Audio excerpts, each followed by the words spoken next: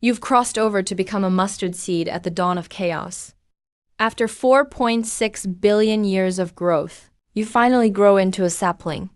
Then, a group of people come beneath your little tree. They build Stone Village. Inside Stone Village, there are 3 wonders. One is you, the sapling. Another is the neighboring thunderstruck willow, with only 1 branch.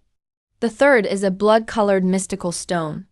The villagers kneel before these 3 wondrous existences, praying for favorable weather. Today is the day of Stone Village's ritual.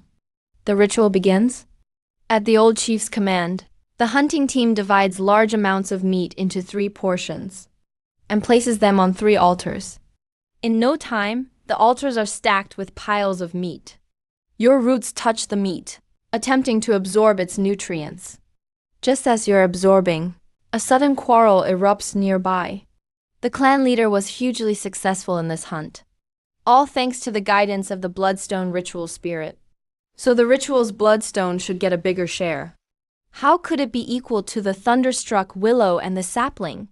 Shut up, the old chief scolds harshly. 3 ritual spirits, fair worship. This is the ancestral rule. No one can change it. Of course I know the ancestral rules. Shi Yunfeng remains dissatisfied. But all these years it's thanks to the bloodstone ritual spirit willow, which hasn't done much at all. Let alone that frail sapling. You listen to their arguing, getting ready to continue absorbing the meat, but realize the meat in front of you has already shriveled up. The meat before the willow is just the same. With a sense, you discover it's the blood-colored mystical stone that swallowed all the ritual blood meat, absorbing at an almost insane pace. As for its own altar's offering, it's completely dried up, only white bones remain. Before anyone reacts, all 3 shares of ritual blood meat are devoured. Beast, you can't help but curse. What's going on? The old chief is startled. He didn't expect this to happen. Angry, it's the blood-colored mystical stone. The ritual spirit is enraged. Shi Yunfeng quickly speaks. Just as I said, it's all thanks to the bloodstone. But the ritual blood meat is shared equally. Is that really the case? The old chief, still in shock, doesn't know what to do for the moment. Suddenly, rumble, rumble. The sky changes color. Thunder booms. A massive bolt of lightning strikes the blood-colored mystical stone. The bloodstone bathes in thunder. Electric arcs seem to flicker within the stone cracks, making it appear even more magical. Upon seeing this, everyone is completely shocked. Though storms are frequent in the wilds, no one has ever seen thunder this wild. Spirit, please calm your anger. Spirit, please calm your anger. The old chief doesn't know what to do. He can only kneel on the ground, leading his people to kowtow to the furious ritual spirit. But the bloodstone doesn't budge at all, not responding in any way. The only reply is even more violent thunder. Another thick lightning bolt strikes down. Bolt after bolt of lightning, unending. Under such thunder, everyone's faces turn pale. Breathing rapidly. Everyone knows very well, such terrifying lightning. If it shifted even an inch, dozens of villagers could lose their lives. It's obvious, this thunder was summoned by the bloodstone. It wants to show its divine power this way, and make the villagers fearful and awed. Spirit, calm your anger. From here on, as long as you guide us, the hunting team will honor only one. Rumble, the lightning gradually weakens, but doesn't stop. Old chief, please say something. Shi Yunfeng looks to the old chief, hoping he'll give a promise. After all, he's the leader of Stone Village. Didn't expect the ritual spirit to be so ferocious. The old chief sighs. Since that's the way it is, we'll do as you say. Rumble, thunder, and lightning pick up again, but still doesn't subside. The old chief and Shi Yunfeng are puzzled. They've already agreed. Why won't it stop? Unbridled lightning. What does this mean? Even you're confused now. Could it want us to dismiss the other 2 spirits? Clever Shi Yunfeng blurts out suddenly. How could that be? Absolutely not. The old chief immediately refuses. As soon as he's finished, the thunder suddenly gets even more terrifying, scarier than ever before. Lightning bolts rain down one after another, assaulting everyone's eardrums and eyesight. Everyone's heads feel like they're exploding. If this keeps up, it will definitely lead to deaths. The old chief and Shi Yunfeng have no choice but to say, if we don't agree, none of us will survive. It's not so simple. The old chief curses loudly. What do you think the ritual spirit is? A pet the village keeps? Send it away just like that? Though Stone Village is small, it has countless years of history and survived long in the great wilderness. Suddenly, the old chief roars, and on his forehead, ancient glowing markings appear. At the same time, he raises a crystal-clear bone in his hand. On the bone are complex runes. If you want to monopolize our offerings, you'll need to show real ability. Whoever can help Stone Village through the long winter, whoever can help us slay the fierce beasts of the wilds, will become the only ritual spirit of Stone Village, enjoying exclusive worship. Goodness, you're speechless. They're now competing for the position. Soon the thunder calms. The bloodstone spirit also withdraws its anger. Obviously it agrees. It looks at you with full confidence. Clearly doesn't see you, the sapling or the thunderstruck willow, as competition at all. Suddenly the bloodstone erupts in flames. The intense fire makes everyone thirsty and full of questions. At this moment, Shi Yunfeng, kneeling on the ground, cries out feverishly, I see it. It's a miracle, guidance from the ritual spirit. In the firelight, I see countless sheep in the mountain valley. The old chief is also moved. He knows exactly what sheep in winter mean. That's the year's entire food supply. Shi Yunfeng suppresses his excitement. This is the bloodstone's miracle. As long as we worship sincerely, it will ensure we have food. Yunfeng, calm down, the old chief is cautious. You haven't yet hunted the sheep. Not to mention the other two spirits haven't reacted. How can we say it's the best? Shi Yunfeng wants to argue, but in the end he nods. Everyone waits quietly. But the willow's branch only sways in the wind. You remain unmoved too. Actually, your roots allow you to sense everything within 100 kilometers. You know exactly where prey are and where danger lies. But you have no way to show miracles. More importantly, you discovered that beside the flock guided by the Blood Knight, there hides a dangerous pack of snow wolves. They will drive the flock closer, throwing them into freezing water until they're numb. Anyone daring to covet them will be treated as a mortal enemy. If the Stone Village hunting team rashly goes, they'll definitely suffer losses. Until you leap onto the branch, you and the willow god remain motionless.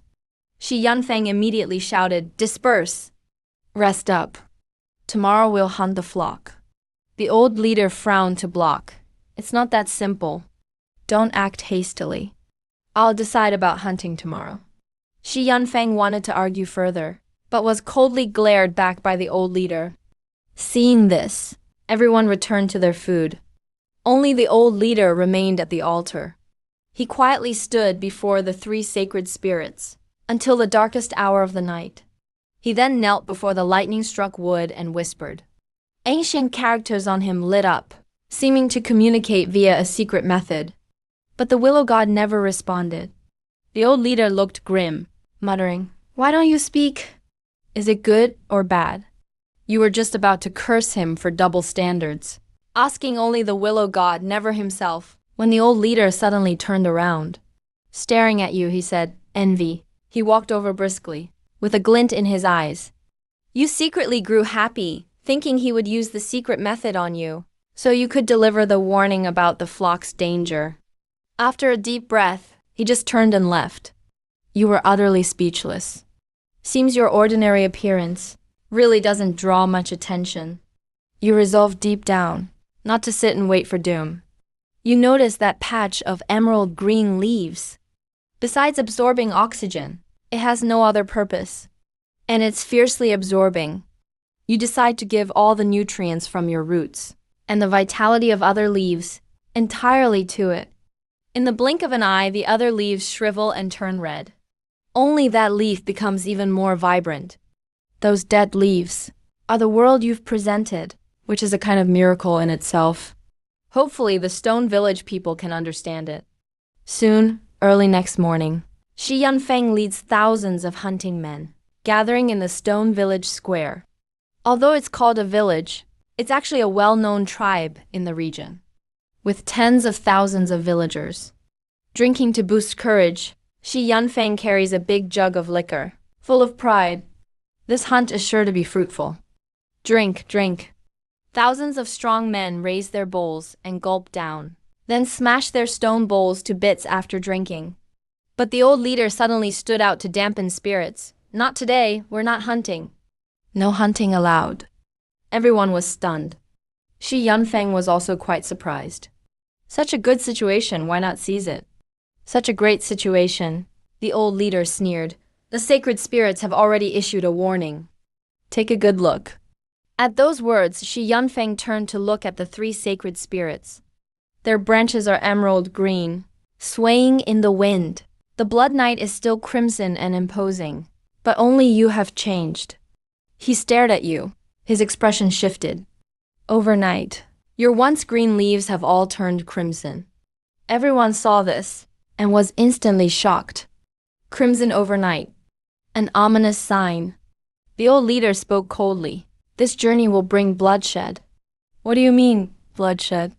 Shi Yunfeng disagreed. It's clearly just the sapling losing its spiritual force, showing signs of exhaustion. Every late autumn, the red leaves fall.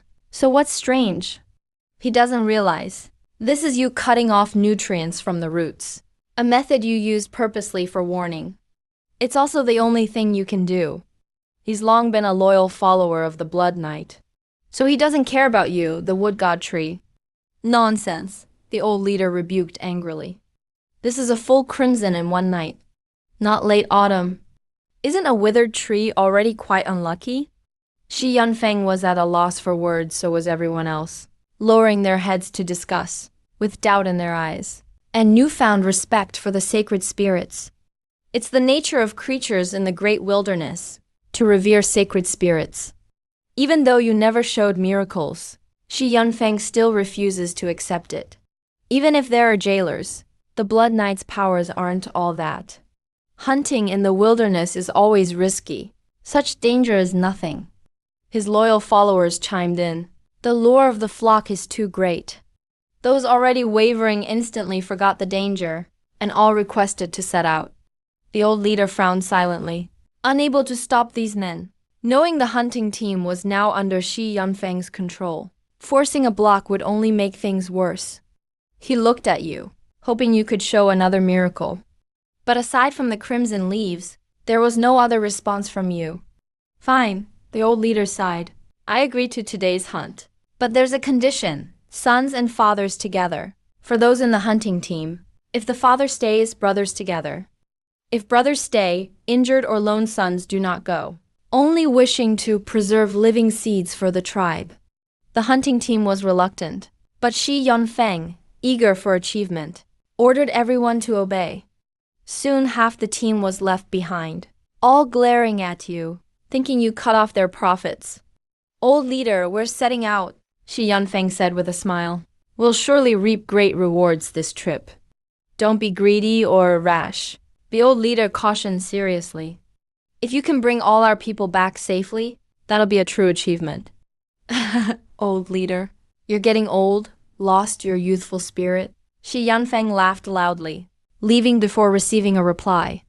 The old leader looked at the crowd, feeling even more uneasy, hoping he was just overthinking. After the crowd dispersed, only the old leader remained before the altar. He came before you, knelt sincerely. Ancient characters on him lit up, eyes shining. Divine tree of the sword tomb, disciple Shi Zhenyu awaits your response. He bowed over and over, until his forehead bled, but you still gave no response. The breeze blew, your crimson leaves fell one by one, like the whispers of a god, or the buzzing of wilderness insects.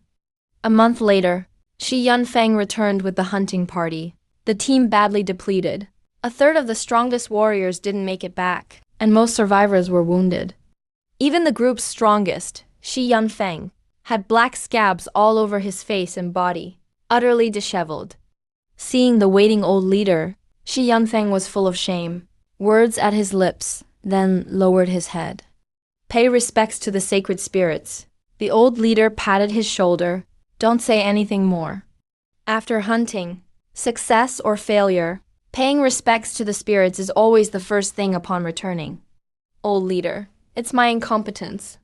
Failed to properly lead the hunting party. Tears welled up in Shi Yanfeng's eyes. Rest assured, I will give our clansmen an explanation. Those fallen members were the backbones of their families. Their passing left many widows and orphans in Shikan. Enough, the old chief sighed deeply. He did not blame Shi Yanfeng. Instead, he was filled with guilt. If I had insisted on not allowing the hunt back then, this disaster wouldn't have happened. But he had also fantasized about a successful hunt. Shi Yanfeng suddenly dropped to his knees and cried his heart out. This man, who was like an eagle, would rather die and bleed, had never shed a tear before. But now he was overwhelmed with guilt, sorrow, and shame. He didn't know how to face his fallen comrades. The wolf pack was just too cunning. He sobbed as he spoke. We could have gotten the sheep and killed the wolves, letting our people eat meat, and could have held the grandest ceremony for the 3 ritual spirits. I hate myself, I really do.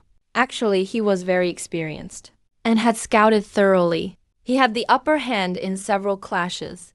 But in the end, they still fell into the Wolf King's trap, and almost everyone died. Captain, it's not your fault. A warrior shouted loudly. Without you, none of us would have made it back. If you hadn't risked your life to cover us, we would have been surrounded already. It's all because of the Crimson Knight. He gave us a prophecy, but it was a trap. The crowd instantly became agitated. They rushed toward the Crimson Knight, cursing him out. Someone even slammed their head against a rock in fury. Blood began to ooze from their foreheads. Stop. The old chief was horrified. You cannot disrespect the ritual spirits. He hurried to stop them, but it was already too late. A loud boom. The Crimson Knight suddenly burst into fierce crimson flames, burning like a fireball. The people didn't have time to dodge. Several clansmen were burned alive on the spot. Some others got touched by the sparks. The sparks could not be put out, and instantly set their whole bodies ablaze. Help! Help! A few burning people rolled on the ground, screaming in agony. Shi Yanfeng rushed over to put out the fire, but the fire clung to his arm like a poisonous snake. The intense pain was unbearable. Shi Yanfeng shouted. His arm began to glow. The ancient script knife sliced off his burnt arm like a sharp blade. He grabbed his wound and backed away, completely in awe of those terrifying flames. The old chief led everyone to bow and pray to the ritual spirits. Master, please calm your anger. The clansmen are ignorant and have offended you. I ask you, for the sake of our millennia-old bond, please do not be angry.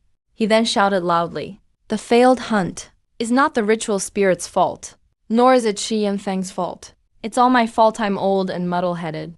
I took half the hunting party away. If I hadn't done that, we surely could have killed the wolves and brought home lots of sheep. It's my fault. Just as he finished speaking, the Crimson Knight's flames gradually extinguished. The ritual spirit was clearly satisfied with this answer. Old chief, it's not your fault, Shi Yanfeng shouted. He knew that even with more people, they still wouldn't have beaten the wolves. The old chief, taking away the team members, actually preserved the village's hunting ability. He used to think the old chief was too conservative, but now he understood. The old chief's foresight was way beyond his own. All right, that's enough. The old chief cut him off. It's all my fault. This old chief is unfit for his role. Shi Yanfeng was deeply ashamed, unable to say a single word. Yanfeng, on your way back, did you notice if you were followed? The old chief suddenly asked. No, Shi Yanfeng shook his head. We could have come back 10 days ago, but to avoid being tracked, we wandered around the outskirts for 10 days. The location of chicane is secret. It must never be revealed. Otherwise, it could draw in fierce beasts and the jealousy of other villages. The old chief frowned deeply, his heart full of unease. With an old hunter's intuition, he sensed a great disaster was approaching. The ritual spirit took out the bloodstone for the 3 ritual spirits. A live human sacrifice. The old chief suddenly shouted. A live sacrifice requires not only many bloodstones, but also a chief sacrifice from the tribe. Why would the old chief do this? Shi Yanfeng was utterly puzzled. Shikan was already badly hurt. The bloodstones from the last hunt are barely enough for the winter. If they use them all, the clansmen might not survive the winter, let alone offering up one of their own. Yunfeng, whether Shiken will survive tonight, is still unknown. A trace of sorrow flashed in the old chief's eyes, which was quickly replaced by resolve. I'll be the chief sacrifice, and wager my broken body for one last chance for Shiken. When the old chief said this, the people all knelt down. Tears filled their eyes. Old chief, you don't have to do this, Shi Yunfeng said loudly. The wolves dare not attack Shiken. Even if they come, I can kill them all. Child, don't be naive. The old chief shook his head. I can already smell his scent on you. He's an old rival of the Wolf King. They fought many times in the past, both winning and losing. Now the Wolf King is taking advantage of my old age, and is trying to bring disaster to the clan. I'm to blame. Shi Yunfeng fell to his knees and gave himself a hard slap. Child, you don't need to blame yourself. A cold killing intent flashed in the old chief's eyes. He's coming for me, not for you, and besides, no one knows who will win. Old chief, we deliberately stayed out for 10 extra days to avoid being tracked. But we still didn't lose him? Shi Yunfeng could hardly believe it. Child, let's not talk about it. Let's start preparing the plan. The old chief patted his shoulder. Shi Yunfeng hesitated, but finally shouted, Brothers, get ready for the plan. Everyone responded. Warriors hurried to the warehouse for bloodstones. Old friends, are you willing to join me in this endeavor? The old chief's voice was like thunder, making the leaves tremble. At first, no one answered. Gradually, elders with white hair and beards dressed in ceremonial robes, with 5-colored sacred feathers on their heads, started coming out of the stone houses one after another. Each feather represented a meritorious deed. They were about to shoulder Shiken's hopes. The elders walked toward the altar. Battle cries filled the air. Please welcome the old chief in his 5-colored feather cloak. The 4 elders with the most sacred feathers carried out a stone statue draped in a feather robe. The sacred feathers burst with divine radiance under the sun. All clansmen knelt down. The statue was placed heavily in front of the altar. The old chief knelt before the statue. Ancestors, do not blame us descendants for being unfilial. The elders took the feather robe and dressed him in it. The old chief chanted before the statue. Shi Yunfeng and the others had already prepared 3 piles of bloodstone. A mound of bloodstone was heaped before the ritual spirits. At this moment, he felt nothing but awe before them. If only he had heeded the ritual spirit's warning, things wouldn't be so dire now. The old clan leader spoke loudly. Wuxi, the old clan leader of Stone Village, has nearly 100,000 caddies of spotted blood. At the peak of his strength, he was just a step away from opening the cave heaven. Now, he is elderly. The disaster of total annihilation by enemies is approaching. In his prime, those beasts blocked his path to the cave heaven. Now, in his old age, those beasts want to wipe us out completely. This is outrageous and unbearable. I am willing to offer 3 drops of my purest true blood. I hope the 3 altar spirits will lend their full support. Help this old man avenge our humiliation. He squeezed 3 drops of true blood from his brow. They hovered in midair. They had the color of coagulated paste. He refined precious medicine for 50 years since childhood. He cultivated 3 drops of true blood as dense as paste. If the clan can be saved and the enemies repelled, I am willing to offer it all. Swear to die without regret. The old clan leader and everyone knelt, crying in pain. They offered the true blood. The old clan leader may have only 1 or 2 years left to live. Don't cry. The old clan leader laughed boldly. 3 drops of blood in exchange for over 10,000 clan members' survival. He is truly a heroic clan leader. We swear to follow to the death. The old subordinates shouted angrily as they offered blood. A thunderous boom. The blood-stained divine stone ignited. Fiery flames instantly consumed the bloodstone in front of the altar. Clearly, the spirits accepted the request. Quickly activated the roots to devour the bloodstone. Worried the blood knight would get it first. The black blazing sun started to stir. The mountain-sized bloodstone was absorbed in a blink. The old clan leader laughed heartily at the sight. All 3 drops of true blood returned to his body. You could sense changes in your body. That green leaf you placed hopes on grew even more vibrant. It looked like polished jade. A drop of divinity liquid trickled out. It landed on the roots of the swordwood tree, absorbed instantly, followed by a roar in your mind. Amazingly, you can now control all root systems. Roots within 100 kilometers.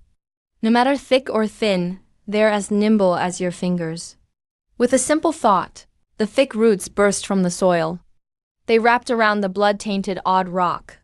You even flung it straight out of the village. Everyone at the ceremony stood frozen in shock.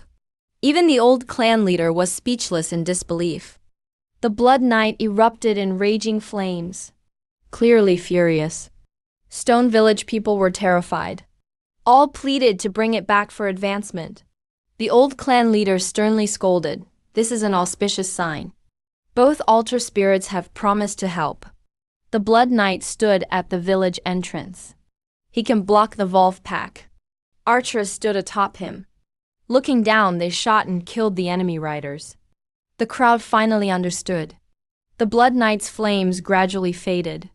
"Fetch the one golden bone bow." The old clan leader shouted loudly. Comrades carried over a bow made from ancient true beast, the leg bone of a fierce bloodline beast fashioned into a bone bow.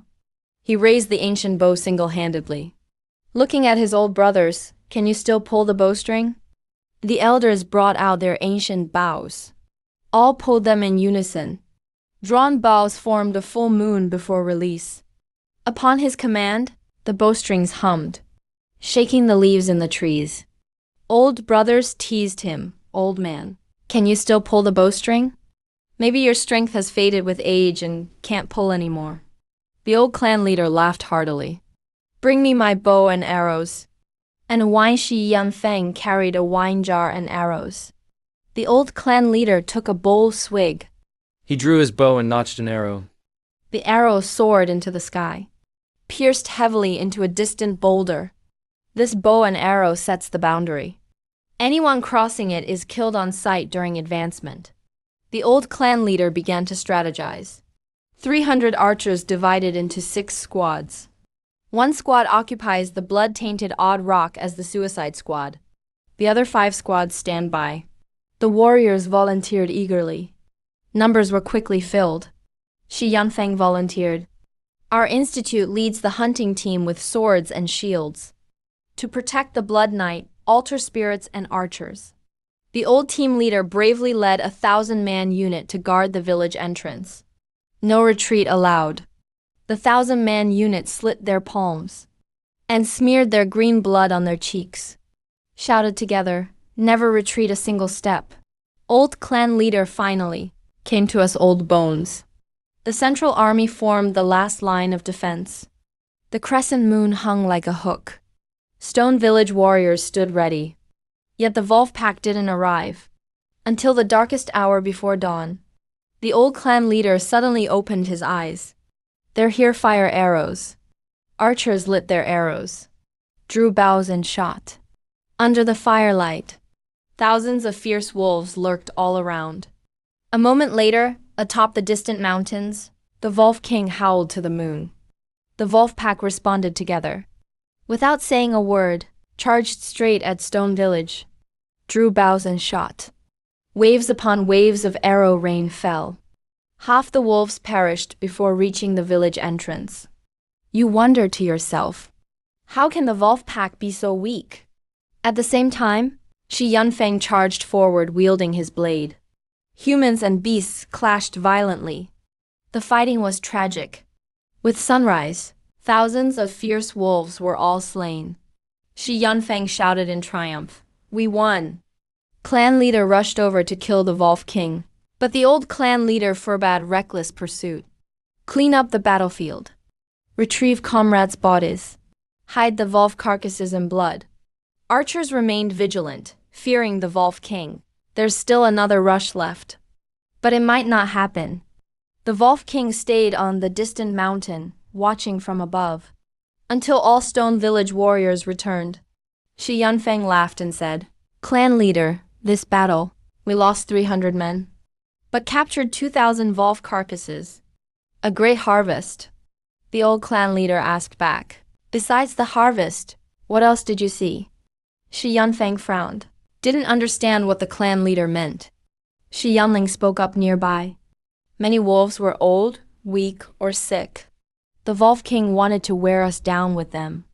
The real attack is tonight. Correct, the old clan leader nodded. The Wolf King is cunning. The true battle has only just begun. At this moment, Shi Yunfeng requested to sneak attack the Wolf King, but was scolded by the old clan leader. Even cave heaven cultivators may not be able to kill him. He's no match for the spotted blood realm. We must not act rashly. We'll defend Stone Village. There are traps waiting for him. Then the old clan leader ordered Shi Yunling to lead a 100-man unit, to follow him to the altar. Shi Yunling didn't understand, but followed orders and knelt at the altar to pray. Through beast bones, divined 3 times. All 3 results were ominous signs. Shi Yunling stared. At the beast bones, his expression changed slightly. Clan leader, it's an omen of misfortune. Man can overcome fate. The old clan leader smashed the beast bone with a punch. Angrily rebuked, we as proud and upright men, how can we believe in beast bones and straw? Shi Yunling quickly bowed his head and replied yes. The old clan leader suddenly asked Yunling, all these years have you blamed me? Shi Yunling clenched his teeth and forced a faint smile. But the team leader knew he was secretly furious inside. You are my son, smart and capable. Both strength and mind far surpass Shi Yunfeng. But I just refuse to let you lead the hunting team. You must have blamed me. The old chief spoke with a complicated tone. This move of his is both risk avoidance and also a form of tempering. Shi Yunling was about to vent his grievance, but met the old chief's sharp gaze, and instantly changed his words. At first, I thought you were to blame, but later I figured it out. You had a deeper meaning. You can understand? That makes me very pleased. The old chief nodded. You've hidden your skills for 10 years. It's time to shine. Go to Snow Wolf Mountain and dig out the Wolf pups. Wipe them all out. Cut off their lineage forever. Shi Yunling's eyes lit up. The old chief took out a worn animal skin map. This is the map of Snow Wolf Mountain. 30 years ago for this, I lost over 100 brothers. You must take good care of it. Shi Yunling took the map with both hands. After carefully weighing it for a moment, he suddenly understood. You started planning this 10 years ago. Back then, the old chief was already tough, asking him and the squad to train climbing and other skills. Everyone really resisted at the time. Wrong. The old chief snorted coldly. I prepared for 30 whole years. Since my brothers were killed by the Wolf King 30 years ago, I began preparations. Okay, I understand. Shi Yunling put the map away, feeling full of heroic spirit. The old chief suppressed his tears. Go on, take the small path. Shi Yunling turned around resolutely. Just after a few steps, the old chief called him back. The old chief fixed his chest armor for him, wiped away a spot of blood stain, his eyes full of comfort. Shi Yunling knelt down with a thump and kowtowed. Father, your son is leaving. This is the first time in 10 years he called him father. After kowtowing, he left without looking back. The old chief watched his figure and didn't move for a long while. This journey is full of danger. Few chances of survival. This might be their final farewell. Suddenly, the Wolf King's howl was heard. First one, then 2, then a whole chorus, resonating throughout Stone Village. It was just dawn then. The warriors were getting ready to eat. They were at their most relaxed state. The wolf pack is about to charge. Chief, the wolves are about to charge. Shi Yunfeng shouted loudly. You also felt something strange. The wolf pack always prefers night attacks. Why would they give up that advantage and attack during the day? Don't panic. The old chief was completely unafraid. A daylight charge lets us see their positions more clearly. That actually helps us. But as he looked at the cold and hungry warriors who hadn't eaten yet, he was still a bit worried. At that moment, a loud wolf howl suddenly rang out, making the warriors shudder. White Wolf King Shi Yunfeng pointed and shouted not far away. There was a huge wolf, with a tuft of white hair on its head, that had sneaked close to the village. The old chief's eyes widened immediately. He stared hard at the White Wolf King. You could feel there was deep hatred between them. 30 years ago, the old chief was the village's top warrior. The White Wolf King was the fiercest leader of the wolves. Their clash back then was a bloody massacre. 30 years later, man and wolf face off again. It is their last life and death struggle. Old friend, here's a welcome gift for you first. The old chief drew his giant bone bow. His muscles bulged. Ancient script shone brightly. 3 drops of true blood burned around him. His aura was overwhelming. The whole battlefield went silent in an instant. Everyone, people and wolves alike, held their breath, watching this attack. The White Wolf King suddenly let out an angry roar. Its fur stood on end. Its eyes shone with rune light from Fauner. Then, in a burst, it leapt forward, crushing rocks in all directions. The old chief drew his bow a little farther, cracking the altar beneath his feet. A huge ancient sword shot out, tearing through the air, heading straight for the White Wolf King's skull. As the White Wolf King sprinted at high speed, it forcefully twisted its body at the last second, barely dodging the fatal blow. The ancient sword shot into a boulder, leaving only a small bit of the hilt sticking out. The White Wolf King stopped, stepped on the ancient sword with its paw, as if mocking, with another roar from it. A pack of huge white wolves appeared, roaring and launching an assault, like a pale flood sweeping across the land. Everyone was utterly terrified. So it turns out, shimmering with golden light. The old chief Dahi's arm shakes from exhaustion as he draws his bow. It trembles slightly. He delays the order to release the arrows. Until the white wolves get close, he finally waves his hand forcefully. A rain of arrows launches suddenly. But white wolves have tough hides, so most only suffer superficial wounds. Only a few get hit in the eyes. It doesn't stop their charge at all. The brothers charge forward. Shi Yunfeng lifts his blood-stained blade and roars. The next second, stone village warriors in black armor rush forward. Black and white waves crash into each other. A brutal and primal fight breaks out. Shi Yunfeng charges with all his might. But fewer and fewer brothers remain behind him. Gradually, they're overwhelmed by the White Wolf pack. Archers release arrows. The old chief gives the order. Archers atop the Crimson Knights shoot from above. They can hit vital points. But there are just too many white wolves, and not enough arrows. They simply cannot stop the assault. The White Wolf pack quickly blocks the village entrance. If not for the huge crimson boulder, they would have stormed in and feasted already. The melee ends. Over half of the 1,000 warriors are dead. White Wolf King steps across bodies closing in. With a swipe of his tail, he crushes the ancient arrow shot by the old chief. He arrogantly stares at the old chief atop the altar. But in the next moment, some become exhausted from repeated bow draws. I should be the one to go. White Wolf King gets impatient. He lets out an angry roar. The lead wolves have a meeting. They rush up the crimson stone. You tried to drag him back to the altar. They head back to the village. The old chief shouts loudly. This is an order, and although the archers are reluctant, they have to obey. Behind them is the real stone village. The tender leaf matured instantly. The old chief draws the bowstrings, commands the village archers to cover the retreat. White Wolf King howls again, prepares to bypass the knights for a charge. But just then, the Crimson Knights burst into flames, declaring Stone Village will offer the primordial bloodstone to the spirits of heaven and earth, and quickly become ashes. Great Lord Jiling has stepped in. The old chief laughs heartily. He no longer cares about the knights, and boldly uses his roots to entangle the Crimson Knights, lifting them high, then smashing them into the Wolf pack. With a thunderous boom, dozens of white wolves are crushed into mush, then burned into ashes by the flames. Both the stone villagers and the Wolf pack are stunned. No one has ever seen this kind of attack before. You keep smashing and feel even more exhilarated. Controlling the roots, wielding the strange stone. Every swing takes out dozens, even hundreds of wolves.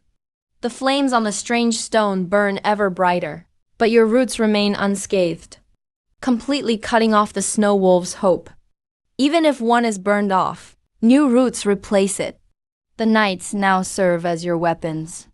Your target has always been the White Wolf King, getting closer with each attack. Now the Wolf King is finally within your range. You lift the knight, spin it wildly, then hurl it forward with full force. The knight shoots toward the White Wolf King's head like a cannonball. White Wolf King instantly senses danger. White Wolf King is relying on the pack to scare the people of Stone Village. His fur standing upright, he disappears with the wind in an instant. A loud boom echoes as the knight flattens a small mountain, leaving a giant crater. The slower wolves are smashed into mush. White Wolf King stands not far away, eyes opened wide, full of wariness. He clearly regrets it. You feel helpless too. Your mighty roots only have a 1-kilometer range, so their effect is limited near the village entrance. All right. The old chief laughs heartily. Your teamwork with the knights instantly turned the tide. You've wiped out 2/3 of the strong white wolves. Even the White Wolf King is forced to flee. Ancestors' blessings, grant me divine power. The old chief roars angrily, his eyes shining brightly. The 5-colored sacred feathers on the ancient tattoos ignite into flame. That's the blessing from generations of ancestors. His muscles not like bronze. He draws the ancient bow again. The old chief bursts into laughter. Stronger than ever before. He narrowly escapes danger. The first arrow hits White Wolf King's shoulder, barely missing a fatal spot. The second arrow is extremely tricky, but he still dodges it. The third arrow is the real killer. Behind White Wolf King, a huge phantom wolf head appears. It bites the ancient arrow and shatters it. Damn beast, the old chief. This time, Swordwood did not grow new leaves. Still, even though White Wolf King narrowly escapes, he's actually already lost. But he won't admit it. He howls again, leading another attack. Golden light guides the shivering wolves forward. Well played, the old chief shouts. A thunderous boom. A huge crater opens at the village entrance. Most of the wolves fall in. The rest are blocked by the crater. What are you waiting for? Kill them. The old chief gives the order, and the warriors snap out of it, charging forward as one. They throw rocks, arrows, poison all of it into the crater. The pit is extremely deep. The snow wolves can't climb out, and can only endure the attacks of stones, arrows, and poison. The sharpened iron bamboo at the bottom makes the wolves' casualties even worse when they fall. Most importantly, the Snow Wolf King led the charge, and was the first to fall in. You use your power once more, swinging the huge crimson knight, smashing it into the pit, sealing it up tightly. The roots secrete a sticky sap. The knight then blazes with fire. The leader is completely thrown into chaos. Kill, the old chief shouts. Not a single one escapes. Exterminate them all. The Stone Village warriors swing their blades, charging again. Shi Yunfang leads dozens of wounded survivors, climbing out from the piles of bodies, their chipped weapons in hand to block the way. The terrified snow wolves scatter in confusion. Most become spirits under the blade. Even the few who get away are hit by arrows, and won't survive in the wilderness, and fires 3 arrows in succession. This 30-year battle risking the clan's very life, Stone Village has won. Later, your roots drag the Crimson Knight, showing the pit full of scorched snow wolf bodies, and a few still barely alive, howling and coughing up green leaves. Old friend, are you still there? The old chief looks at the pit, regret in his tone. Suddenly, a furious roar shakes the air. A streak of golden light bursts from the pit. Snow Wolf King survived after all. His fur is burned all over, bare and bald. Only the golden fur remains. He looks rather comical. Old friend, the old chief sighs. You've gotten thin. Snow Wolf King roars as he charges at the old chief. The old chief draws the bow, fires 3 arrows at once. Close up, all 3 arrows hit. One ancient arrow even pierces the wolf's claw, pinning it to the rock. Render him immobile. Even then, the Snow Wolf King still howled unwillingly. The old chief put down his bow and arrows, and pulled out the bone knife. He approached step by step. He wanted to personally finish off this longtime rival. Archers around the world keep shooting. The Snowvolf King suddenly bit off his own paw to break free. He leapt repeatedly and tackled the old chief. The crowd cried out, urging to shoot arrows. But the old chief shouted for them to stop. The old chief tightly held the Snowvolf King under control.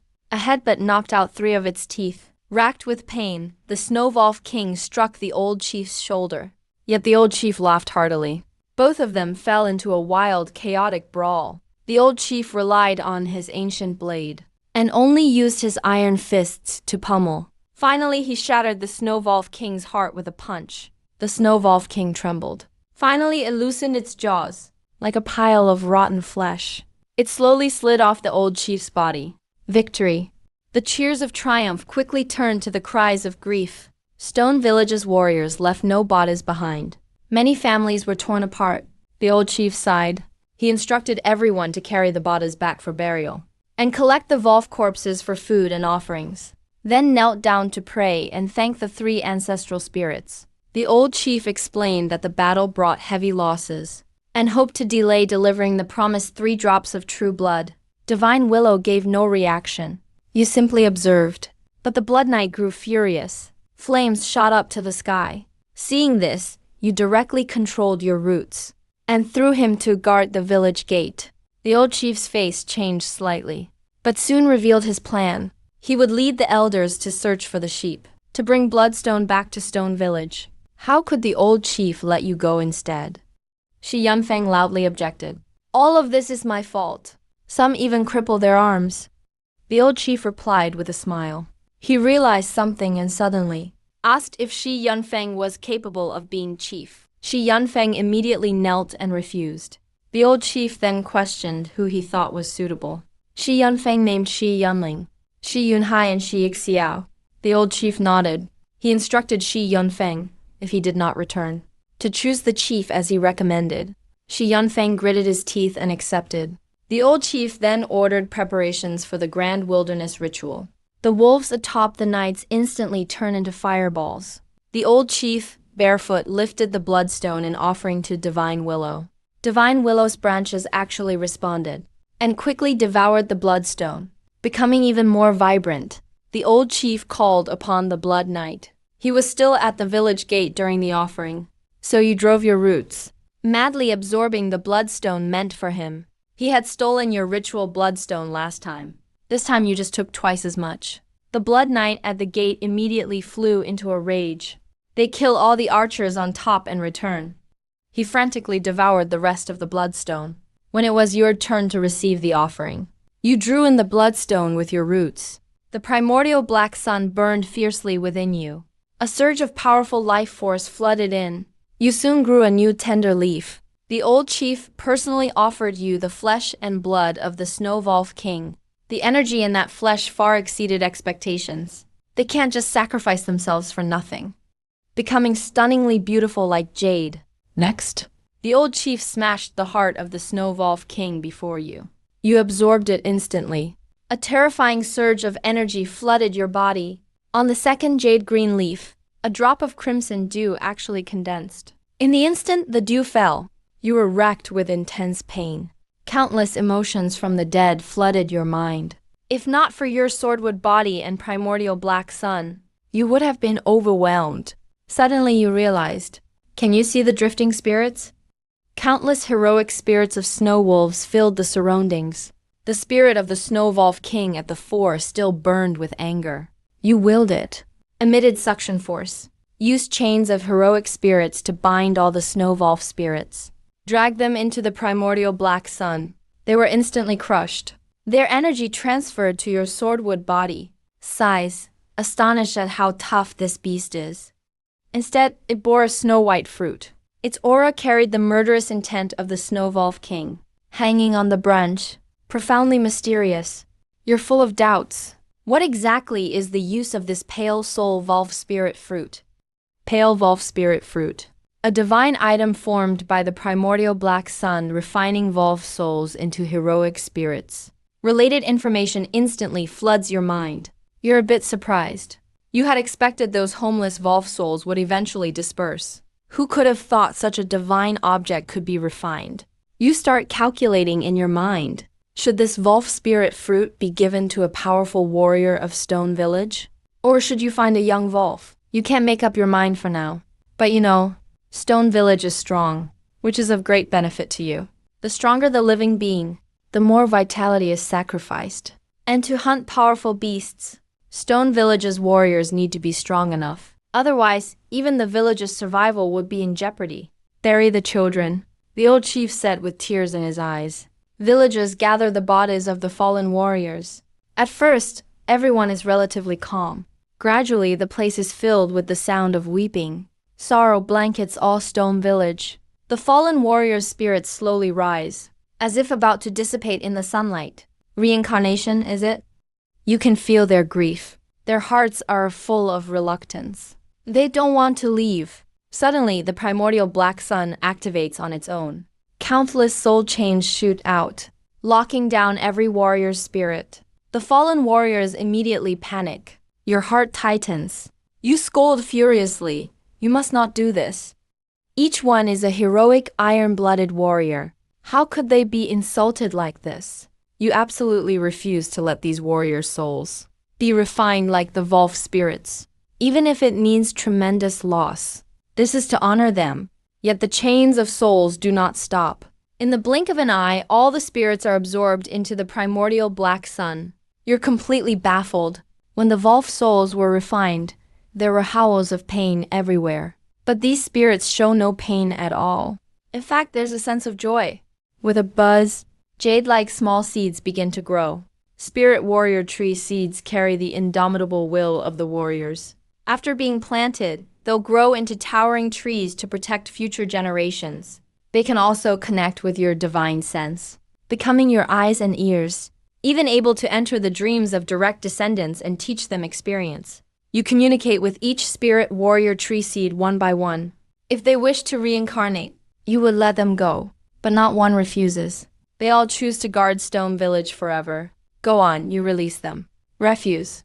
Each spirit warrior tree seed emits a blue-green light and takes root throughout Stone Village by itself, in front yards, by small lakes or rivers, on the training grounds next to the ancestral hall. Everywhere that held beautiful memories in their lifetime.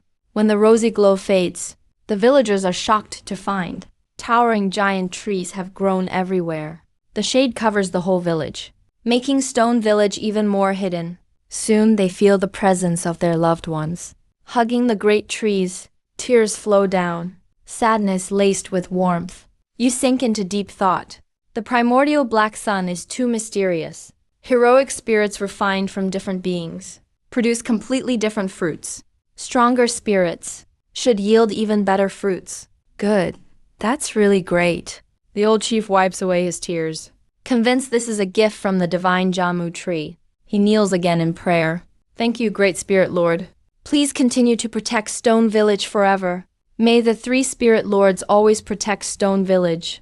He knows deep down, the coexistence of three Spirit Lords is a blessing for Stone Village. Even if there's an agreement for a competitive succession, he doesn't wish any of them to leave. Soon after, the old chief sighs, saying, "This trip will be full of danger.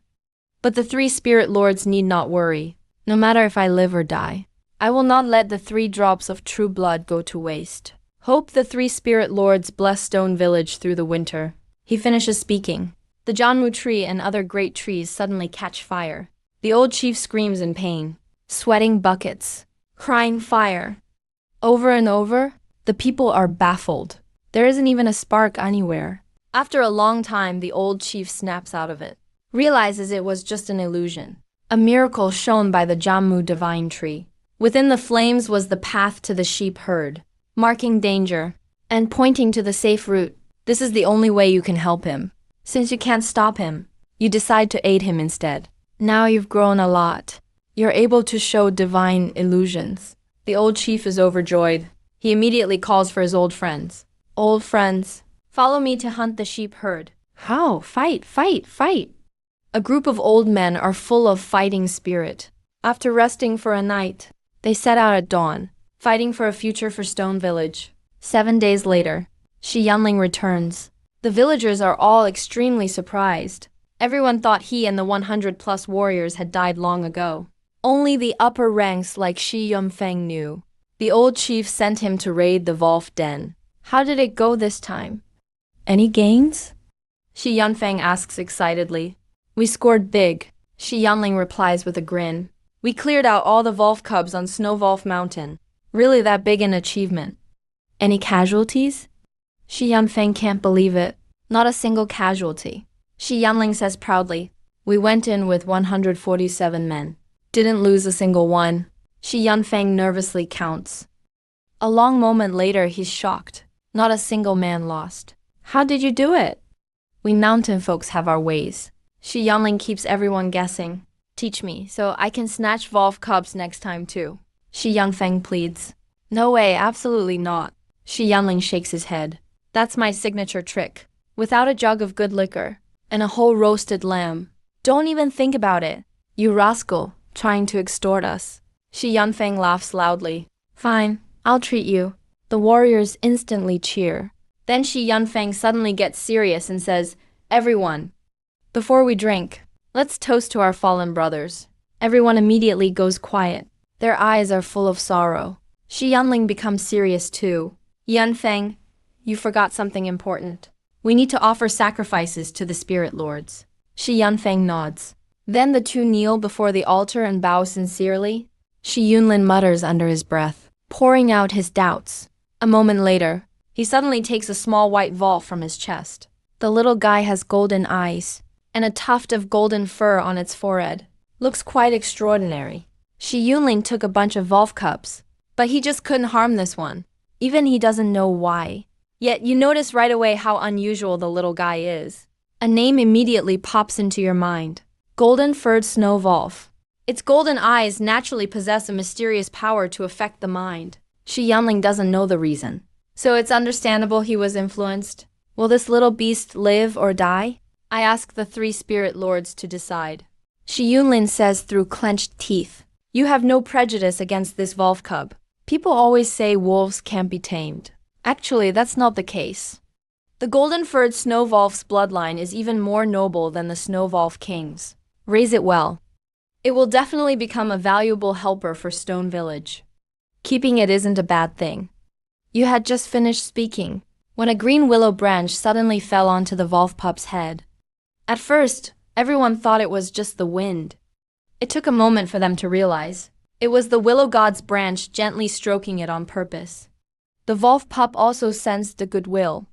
It rolled around, playing with the willow branch. You were quite surprised, finding it interesting. You didn't expect the willow god would accept a Wolf pup.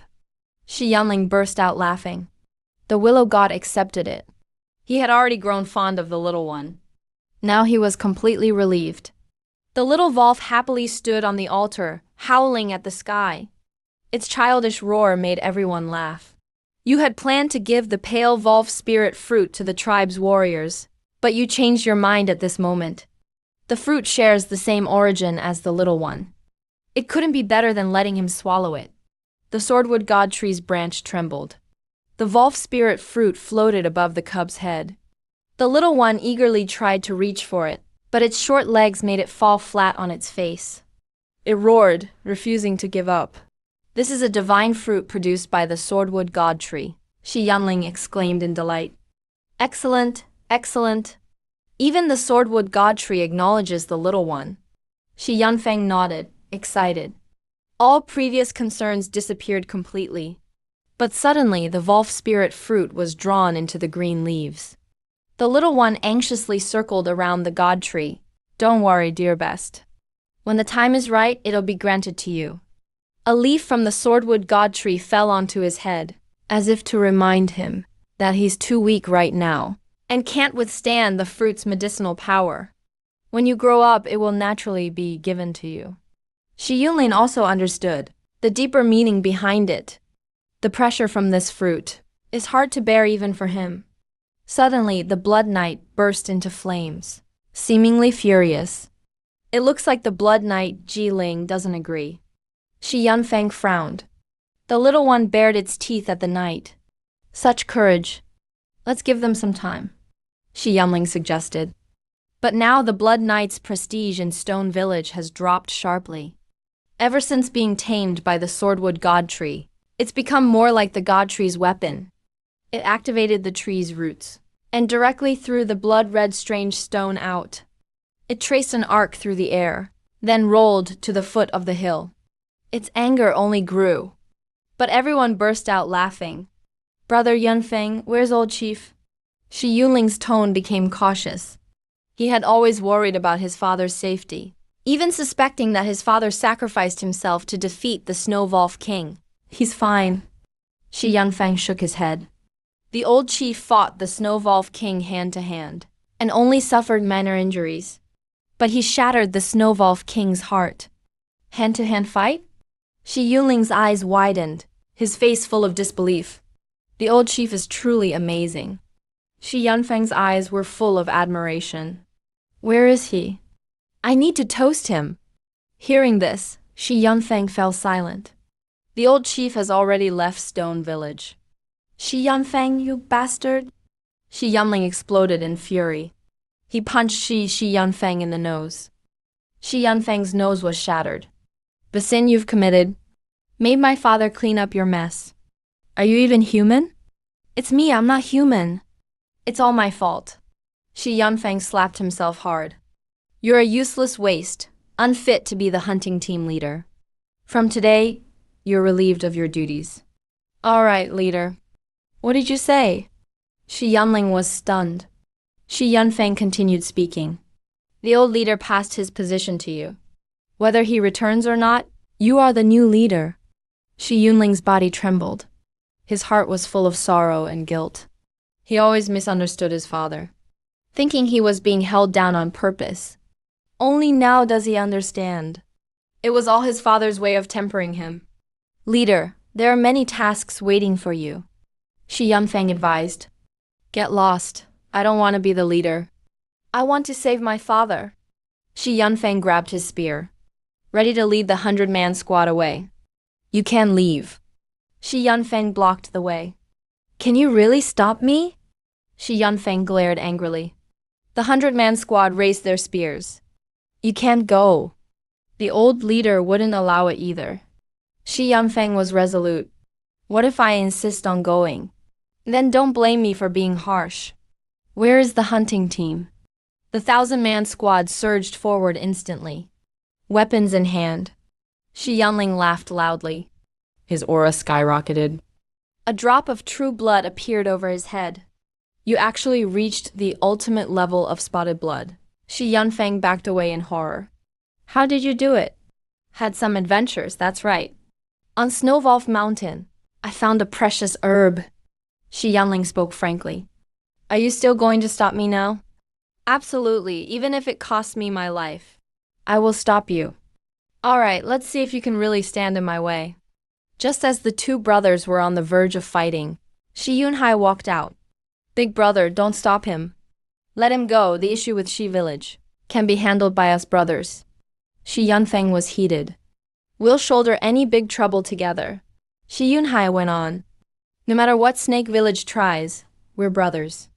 Even if the powerful Eagle tribe attacks, so what?" Shi Yunhai deliberately provoked him. Shi Yunling eventually calmed down. He can't sacrifice Shi Village. They use venomous snakes for weapons and defense. Jiling is a big serpent, skilled in poisons. That tribe is made up of 4 or 5 hunter villages. Jiling is a powerful golden eagle, far stronger than Shi Village and Snake Village. Shi Village is badly damaged now. The old chief is gone. The two tribes will surely seize the opportunity to invade. Shi Yunling quickly assumed his leadership role. Commanded, "Clear up the trenches. Sharpen the bows and arrows." The women are curing wolf meat, readying provisions. He turned to Uncle Hay, the blacksmith, and said, "Uncle Hay, I need you to forge 12 bone spears from the Lord of Wolves' spine. Is one day enough?" Uncle Hay frowned. "We'll push through. It can be done. But we need the Scarlet Knight's red true flame." "I'll go beg him."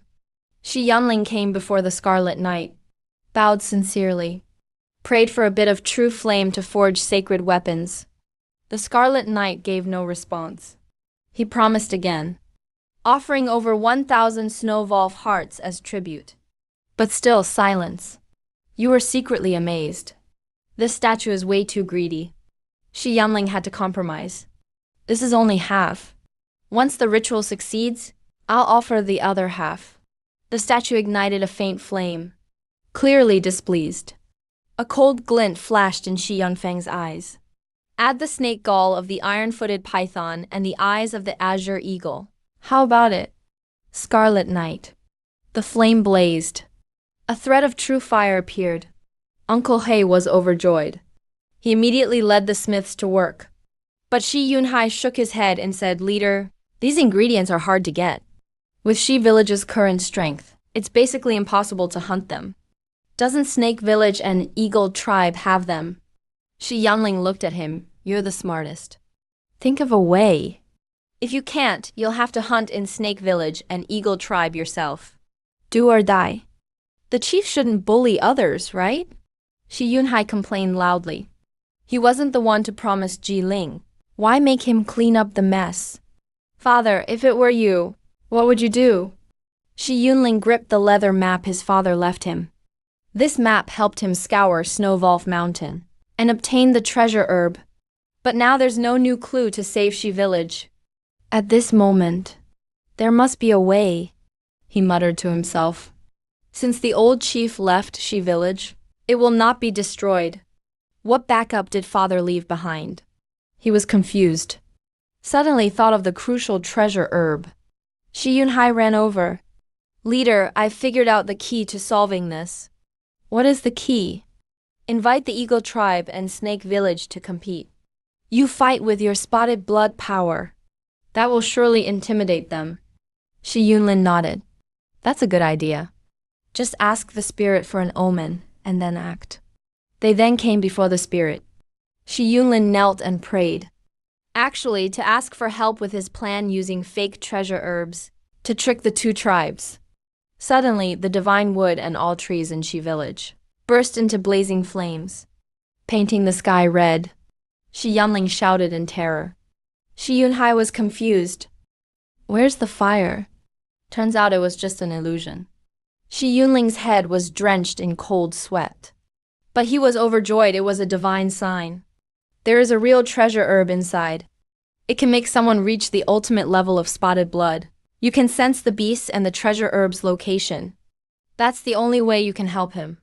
As for how he manages things, and what the outcome is, it's up to him and fate. Ji Ling is supporting me. Fate is on my side. Shi Yanling burst out laughing. He pulled Shi Yunhai along. "I'll personally invite Snake Village to join the hunt for the wild treasure herbs."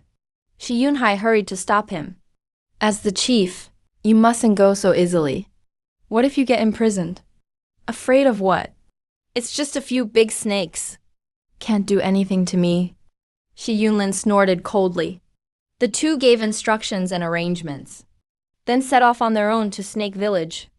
After several days of trekking, they arrived at the entrance of Snake Valley. The vines at the entrance were dense. Green snakes slid through, highly poisonous. But the two had smeared realgar on themselves. All snakes avoided them. Shi Yanling shouted loudly. Shi Village's Shi Yanling requests an audience. After 2 calls, there was movement. Countless vines quivered. Snakes scattered in panic, as if something terrifying was near. Approaching the snakes. So many snakes. Shi Yunhai hid behind Shi Yanling. Shi Yanling laughed. "Perfect. Time for a snack." As soon as he finished speaking, a thick iron-legged snake suddenly charged out and wrapped itself around him. Shi Yanling didn't move an inch. Blood erupted all over his body. His tremendous strength made it impossible for the iron-legged snake to constrict. "Get lost," he shouted angrily. The iron-legged snake was enraged. Its fierceness went wild. Shi Yanling burst out laughing. He grabbed the snake and bit off a chunk of flesh. The snake shuddered. Its strength dropped significantly. "Nephew, stop messing around." A voice suddenly rang out.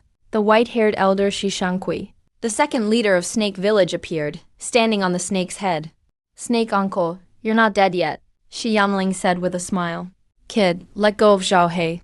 Shi Shankui's face was expressionless. "It was the one latching on to me," Shi Yanling said deliberately. In fact, he was gripping the snake's vital spot. Did you come here to fight? Shishankui scolded. If you did, then I'll keep you company. Hey, Shi Yanling released the giant python and laughed, saying, I came for some snake soup. The snake fled as if granted amnesty. Shishankui's face turned grim. Snakes are a taboo in Snake Village. How could we eat snake soup? The next second, he let out a cold sneer. A much larger gray python appeared than the iron-legged snake. Its head was as tall and straight as a small mountain.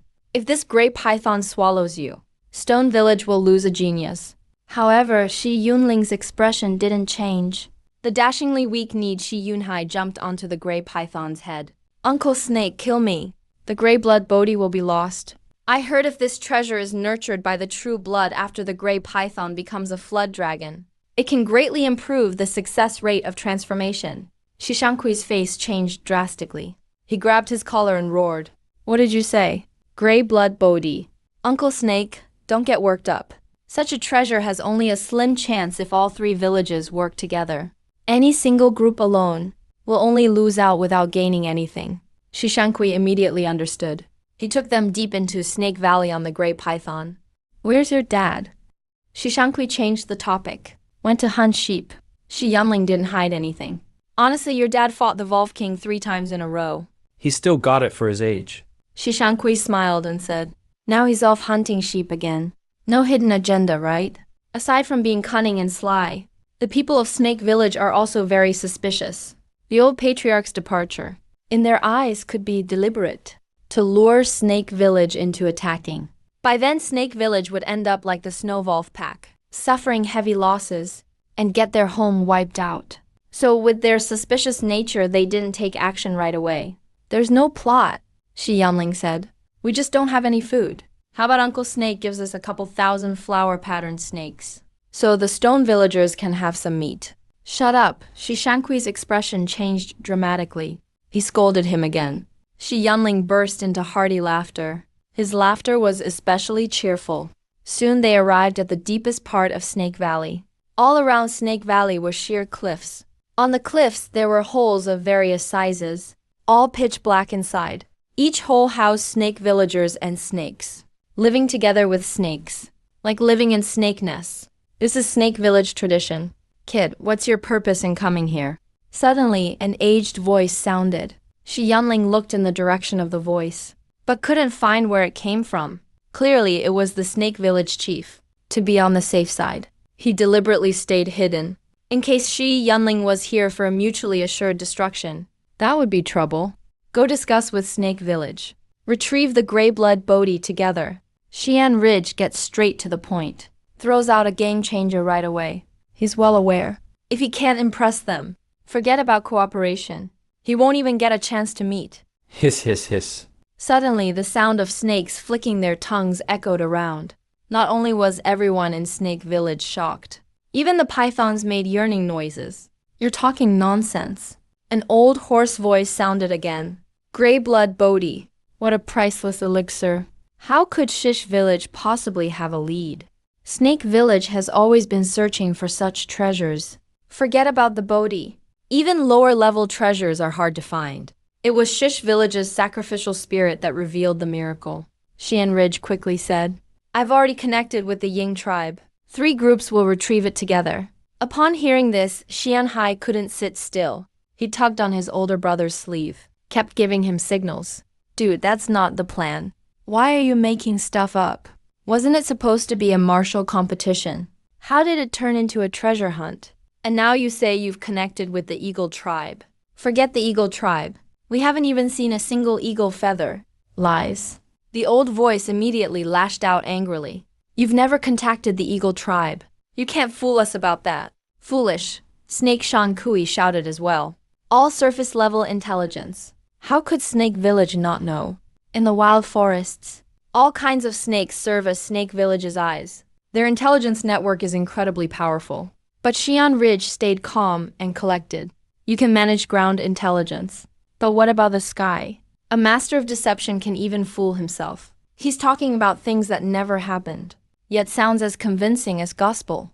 Xian Ridge's words made the people of Snake Village lose their confidence. Every fly or even a small bird could be an eagle tribe spy, plus the unfathomable power of the three main sacrificial spirits of Shish Village. It's no surprise if Snake Village misses some intel. At this moment, a green-haired elder slowly walked out from a snake den. He wore armor made from shed snake skins, with rows of silver rings. Within his green hair, a little green snake flickered in and out. "Be careful," Xianhai whispered. "That's Snake Village's chief. He's an expert in poisons." "I'm Snake Shantengshu, the chief." "How old is your father?" "Just call me uncle." Snake Village's chief was quite amiable. Surprisingly, not the least bit sneaky or sly. "Uncle Snake," Xianling blurted out. "Did my dad hit your eye?" The whole place went silent at this. Xianhai wished he could disappear. Ahem. Snake Shanteng coughed a few times. "No, it was pecked out by the eagle tribe's big dumb bird. The three forces often fight. Missing arms and legs are common. Let's get back to business," Snake Shankui reminded. He nodded as Snake Shanteng. "Kid, you really have gray blood, Bodhi." "That's right." Xian Ridge brought up the sacrificial spirit again. "Our sacrificial spirit already performed a miracle before. Shish Village got a treasure plant. This time will be no different." Snake Shanteng became very curious at this. Shish Village has gotten treasures before. "What kind of treasure?"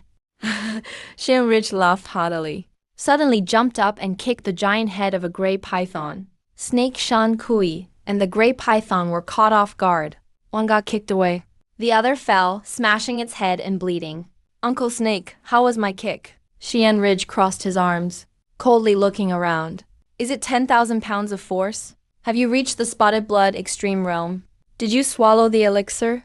Snake Shanteng, with just one eye, still saw more clearly than everyone. Xian Ridge stopped wasting words. "Strength proves everything. No need to say more." "All right," Snake Shanteng squinted his eye. "I believe Snake Village can work with Shish Village. We'll get the Bodhi together." "And the Eagle Tribe?" Xian Ridge reminded. "Without the Eagle Tribe, it would be hard to succeed." "No problem, for the Bodhi. Snake Shanteng can let bygones be bygones," Snake Shan Kui quietly reminded. "Big brother, this kid can't stay. Why not tie him up and force out the location of the Greyblood Bodhi?" Snake Shanteng immediately shook his head. "This kid isn't ordinary. Physical torture might not work. Besides, the Greyblood Bodhi is what matters most right now. Everything else should make way for the Bodhi." Snake Shan Kui gritted his teeth. "Had to give up for now." "Uncle Snake, how many will you send?" Xian Ridge asked. 3 mid-level Spotted Blood Realm fighters, 1 top-level Spotted Blood Realm leader, plus 500 early Spotted Blood Realm warriors. Snake Shanteng was quite sincere. "Good, that's plenty for the team." Xian Ridge was satisfied. Originally, such a powerful force would be used against Shish Village. Now that's resolved. After it's done, the Greyblood Bodhi will be fairly split among the 3 tribes, right? Snake Shanteng said, "That's fair." Xian Ridge naturally agreed. Besides, whether they even get the treasure is uncertain. To the Eagle and Snake tribes, the treasure is just too tempting. But for Xian Ridge, helping Shish Village survive is his main goal. 7 days from now then, gather at the river mouth of the 3 villages and set off. Sounds good. Going with Uncle Snake's plan. Xian Ridge saluted. "If that's the case, your nephew will take his leave." "Hold on." Snake Shanteng suddenly spoke. "You visited in person, as your elder. I should give you something." With that he waved his hand. A greenish-gray python slowly slithered from the cave. It's even bigger, scarier than Snake Shankui's python. Atop its head rests a green egg. Colorful scales cover the green egg, sparkling in the sunlight. Snake Shanteng explained. "This is a gray python egg. Pure bloodline. If it hatches, you'll have a gray python to protect Shish Village." Xian Ridge was stunned. This is way too valuable. No need for formalities among family. Snake Shanteng laughed. "Take it with you." "Thank you, Uncle Snake." Soon the two returned to Shish Village. Snake Village won't launch a sneak attack anymore. "They've even formed an alliance with us," Xian Ridge happily announced. But Xian Feng didn't believe it. "No way." "Look, they even gave us a gray snake egg." "Why not?" Xian Ridge didn't explain further. The fewer people know his plan, the lower the risk of leaking it. It really is a gray snake egg. Shi and Feng widened his eyes, circling around the snake egg. Great stuff, really great stuff. If we can hatch a gray snake, raise it well, it'll be a huge asset to Shish village. It really is good stuff. Shi Yanling raised the gray serpent egg and said, but we still need the approval of the spirit priests. Soon, the gray serpent egg was placed in front of the 3 spirit priests. As usual, the willow spirit showed no reaction.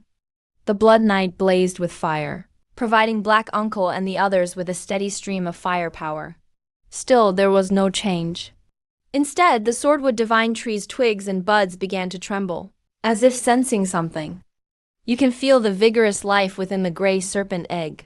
Roots reach out, wrapping tightly around the gray serpent egg. The perception of vitality becomes even clearer. So the root sense can be used this way too. You're greatly surprised. Root sense not only detects medicinal preservation and moisture, but unexpectedly, it can also communicate with unborn life like this. But how to communicate? You're still unsure. You'll have to study it. With a rumble, you withdraw your roots, taking the gray serpent egg deep into the soil as well. Serpent eggs are meant to hatch underground, so you want to give it a try. Will it hatch after being buried beneath the ground? Seeing this, Shi Yunfeng suddenly burst out laughing. That's fantastic! With a giant python helping Stone Village with hunting, just thinking about it feels great. But just then, a golden eagle suddenly soared over Stone Village. Its massive shadow was like a storm cloud gathering above. Yunlin and the others naturally noticed the disturbance. They all looked up at the sky. Looking up, they saw high above, a golden eagle flying low overhead. Its enormous wings seemed to blot out the sun. And that's not all. The golden eagle showed off its prowess, brushing past towering ancient trees, each 10 inches thick. Leaves and branches were sliced through like by razors, all cut off. Then, one blue-plumed eagle after another flew by, also extremely aggressive. Their presence was suffocating. Looks like we don't need to go to the eagle tribe now. Shi Yanling took a swig of strong liquor, since they're coming here themselves. With a thunderous roar, the giant golden eagle landed, kicking up piles of leaves and clouds of dust, making it hard for the stone villagers to keep their eyes open. The golden eagle held its head high arrogantly, casting a sidelong glance at the stone villagers. A young man in golden armor with a golden longsword on his back jumped down from the golden eagle. He was just as proud and defiant as the eagle itself, and looked fierce and domineering all around. But his obvious cross-eyed look was strangely amusing. He was none other than Eagle Tribe Chief Yuzu Yingshanfei. He and Shi Yunling have known each other since they were kids, often getting into fights. And he was often mocked as Big Dummy Xiang by Shi Yunling. The blue plume eagle warriors lined up neatly, standing behind Yingshanfei. Their armor was sewn from blue plume eagle feathers, resistant to blades and axes, and impervious to water and fire. Where is the village chief? Yingshanfei spun his blade with a flourish. Here I am, Yingshanfei. What do you want? Shi Yunling stood up without hesitation. Little Rock, where's your dad? Yingshanfei asked with a smile. Heard he went hunting sheep. Big Dummy Shang, what do you really want? Shi Yunling replied helplessly. Try calling me that again. Veins bulged on Yingshanfei's forehead, and his hand gripping the blade wouldn't stop shaking. Don't get worked up, we're brothers, right? Right. We're brothers. Yingshanfei snorted coldly. From now on, I am the chief of Stone Village. We're definitely brothers. Shi Yunling laughed and said, Are you drunk? Or not fully awake? Little Rock, what are you going to use to stop me? Yingshanfei looked smug. After the Wolfpack battle, Stone Village suffered heavy losses. The old chief fled long ago. You don't even have a single Bangsu extreme stage fighter left. You can only rely on the Eagle tribe. Otherwise, you'll eventually be swallowed by Snake Village. As long as you join us, Stone Village stays the same. I'm just the chief in name. Shi Yunling understood in his heart. The Eagle tribe clearly doesn't know that he already broke through to the Bangsu extreme stage. What if Ishimura refuses to join? When friends come, there's good wine. When enemies come, there's a long blade?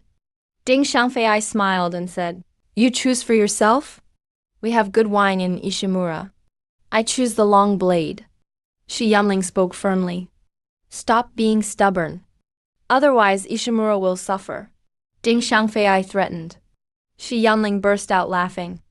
So you've got guts now. Did you forget how I beat you? Beat me! Yin Xiangfei shouted angrily. A surge of Ban blood pressure erupted around him. Open your eyes and see. Are you still my match? But Shi Yunlin stood his ground unwavering. No wonder you dare come to us. Turns out you've advanced. Behind me stands the Yin tribe. If you anger us, you can't handle the consequences.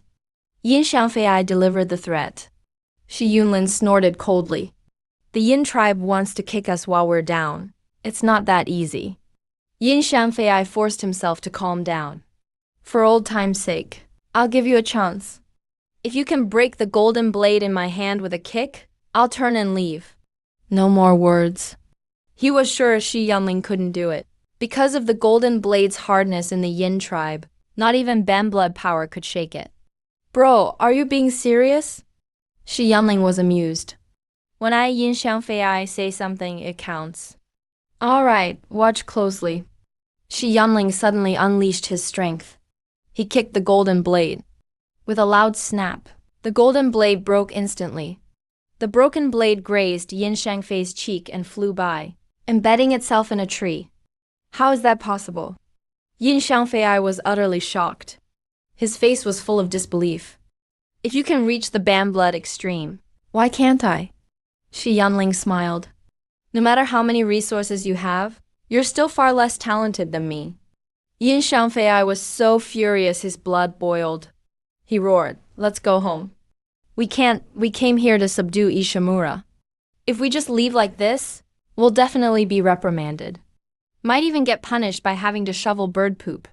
Eagle Squad Captain Yin Xiangli whispered advice.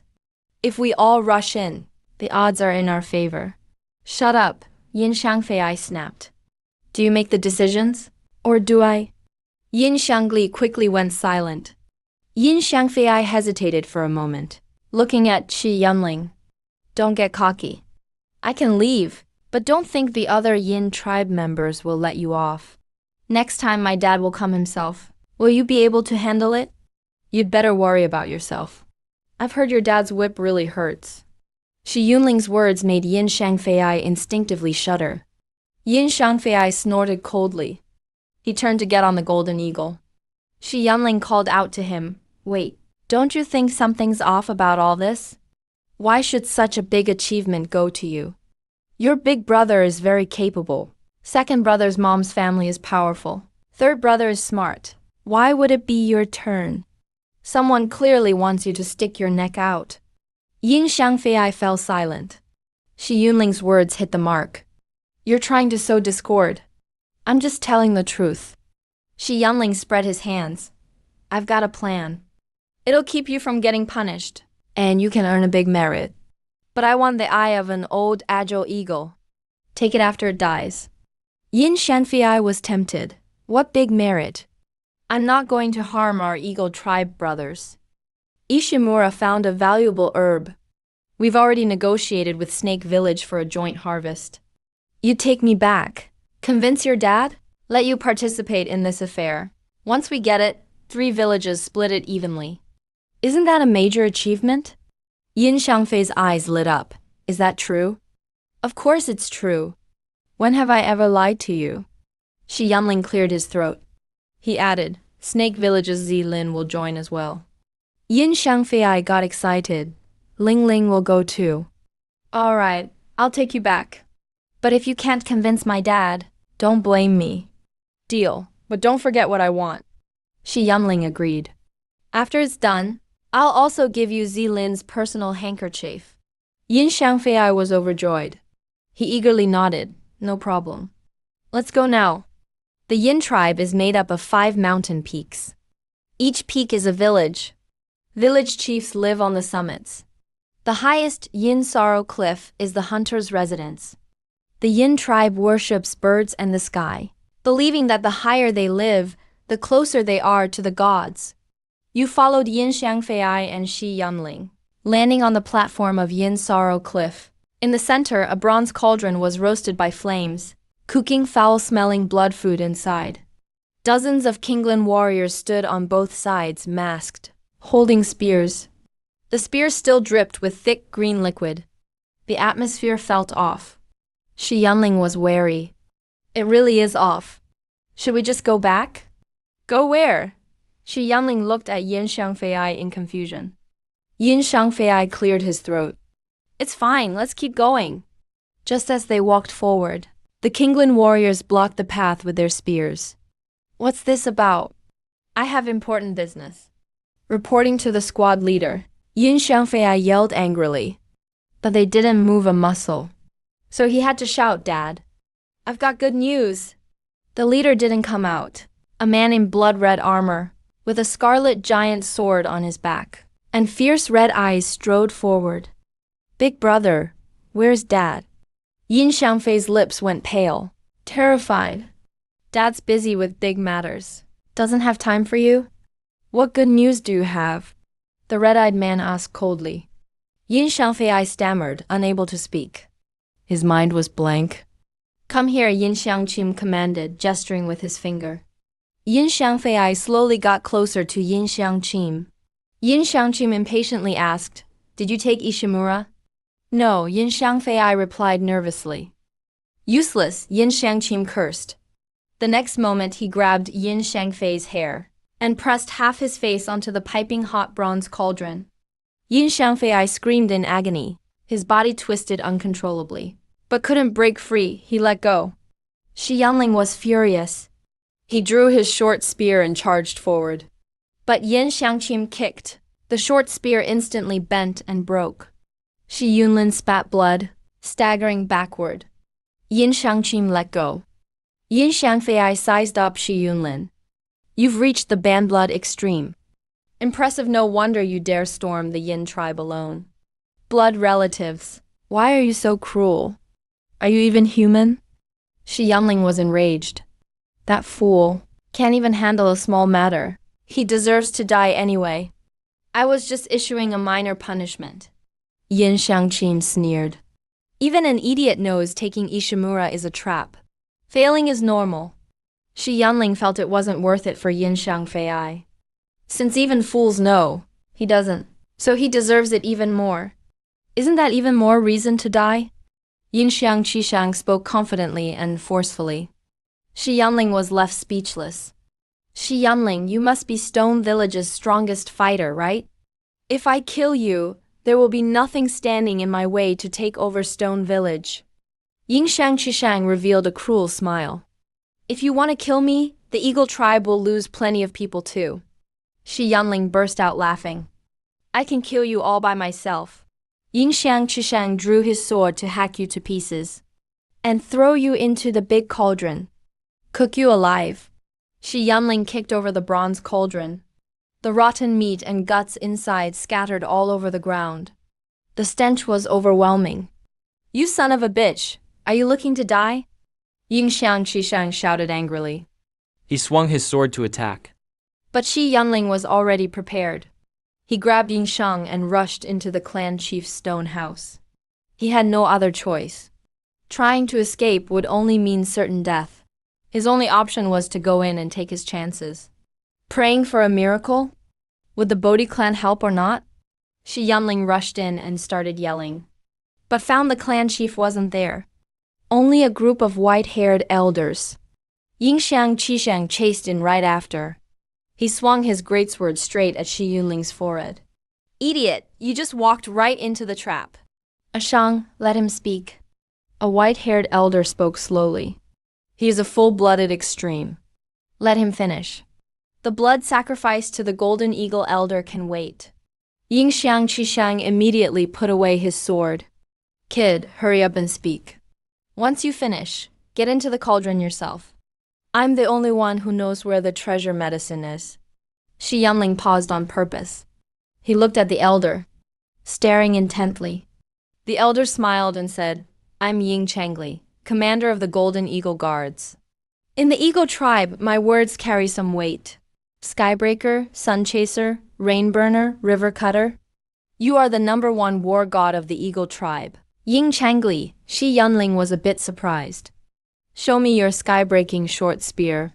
As soon as these words left his mouth, the elders around started to scold him angrily.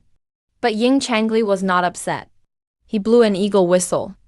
A large golden eagle poked its head in. It spat out 2 golden short feathers. They stuck deep into the ground. It was these short feathers that killed Bai Mao. The ancient man Shi Yunling waved the short feather and said, "Not bad. If you like it, it's yours." Ying Changli smiled. "Really?" Shi Yunling looked overjoyed. "Are you really sincere?" "Only if you are sincere." Ying Changli's expression stayed calm. Shi Yunling immediately shared the details about the treasure medicine. His intention was clear. He wanted to use the time when eagle and serpent tribes went to fetch the treasure to buy Stone Village a moment to catch their breath. Not long after, Ying Changli finally spoke. "You can have the skybreaking short feather. But if you can't get the treasure medicine, you'll have to return it." "Thank you, Elder Ying Changli." Shi Yunling was overjoyed. But the next second, Ying Shishang suddenly yelled in anger. "Shi Yunling, put down the skybreaking feather. Feather wounds can wait. This is more important." Ying Changli said calmly. Ying Shishang immediately quieted down.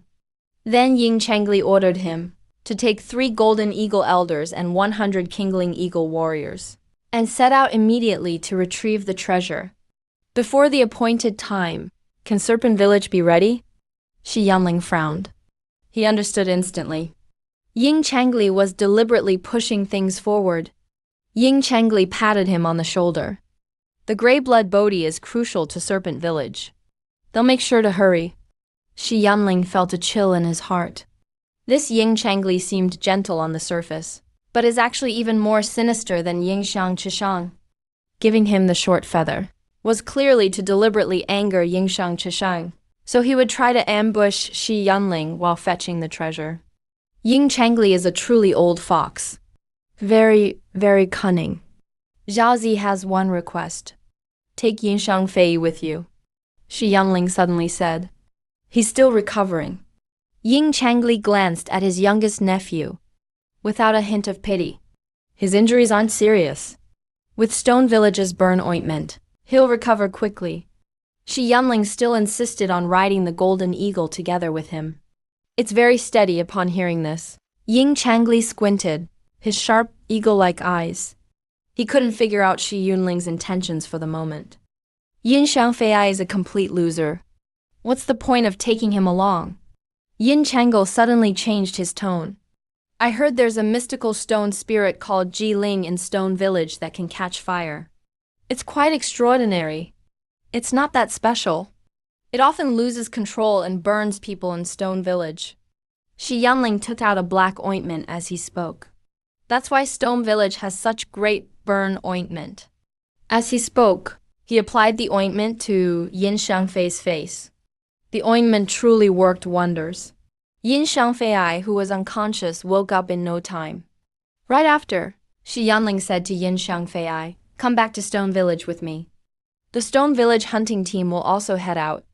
We need to train Kingland eagles." No way, Stone Villagers aren't qualified to raise Kingland eagles. Ying Shishang suddenly spoke coldly. Hearing this, Shi Yunling frowned. They're too slow. The Stone Villagers can't keep up. Figure it out yourselves. Ying Shishang still showed no emotion. Shi Yunling didn't expect this guy to be so overbearing. But he gritted his teeth and didn't argue back. Let's go then. Ying Shishang shouted loudly. The Eagle Tribe warriors will wait at the Three Rivers mouth for an hour. Whether Snake Village and Stone Village can catch up depends on their own abilities. As for Yin Shangfei and you, you're coming with us. Ying Chishan blew an eagle whistle. 3 huge golden eagles landed. Each golden eagle carried a white-haired elder. Ying Shangfei summoned his own golden eagle. Brother Shi, let's get going. Shi Yunling had no choice. He also boarded a golden eagle. The golden eagles soared into the sky. Shi Yanling nervously gripped the eagle's feathers. At that moment, Yin Xiangfei whispered, "Brother Shi, be careful. My big brother might try to kill you. And take your short fur." Shi Yanling shook his head helplessly. "Looks like my guess was right." Then he asked, "Do you hate your big brother?" A flash of fear passed through Yin Xiangfei's eyes. "I'm scared," he said. He hesitated, then gritted his teeth and said, "But I want to kill him." Shi Yanling was really surprised by Yin Xiangfei's words. He didn't expect this loser to have such guts, but thinking about it, it's not that odd. His big brother abused him since childhood. Anyone would hold a grudge. With that thought, Shi Yunling's eyes shifted slightly. He started calculating in his mind. Maybe he could use this to his advantage, to win more benefits for Stone Village. But just as he was about to probe further, Yin Xiangfei let out a long sigh. "But it's just impossible. There's simply no chance." "Why?" Shi Yunling asked, curious. "Because my big brother is extremely smart and unbelievably powerful. There's no way he'd give me a chance." Hearing this, Shi Yunling shook his head. Smart people often die because they're arrogant. But he didn't say it aloud. After half a day of flying, they finally arrived at the Three Rivers Junction. In the river water, strange rocks jutted out everywhere. He could see big fat black fish swimming by quickly. The golden eagles landed at the riverbank. Their huge bodies cast a giant shadow. With a fierce attack, a fat black fish was caught by a golden eagle. It twisted wildly, but the golden eagle swallowed it whole, enjoying a hearty meal. The other raptors also started hunting in the river. The smell of blood instantly filled the air. They waited for an hour. Yingxiang Qishang suddenly stretched out his hand and killed a black viper crawling through the branches. "Since Stone Village and Snake Village haven't arrived, let's go ahead."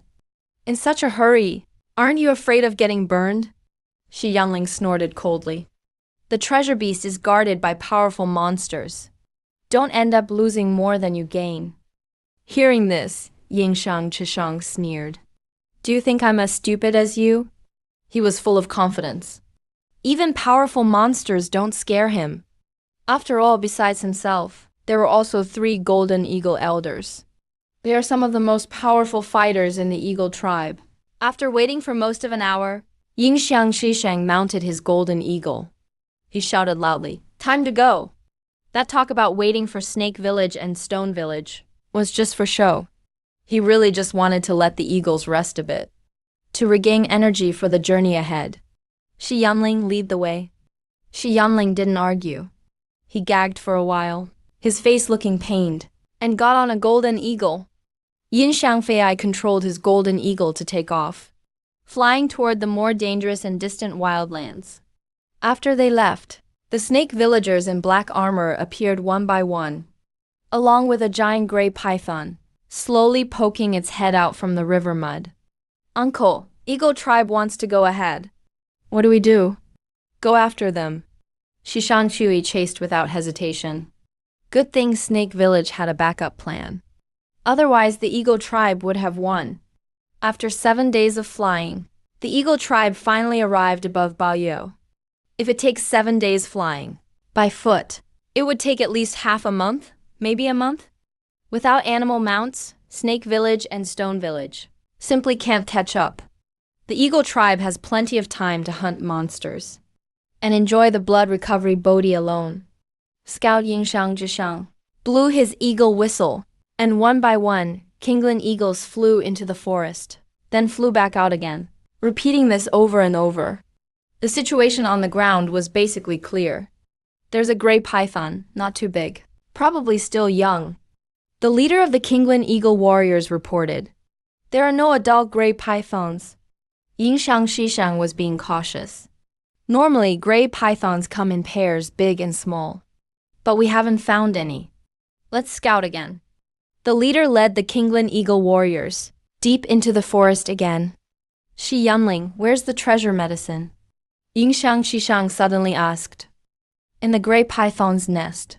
Shi Yanling didn't lie. According to the oracle, it's indeed inside the cave. After a gray python turns into a flood dragon, Its true blood nurtures the gray blood Bodhi. And the python's offspring use the gray blood Bodhi to gain another chance at transformation. Yingxiang Qisheng commanded coldly, "Go find the cave. If you can't, I'll kill you."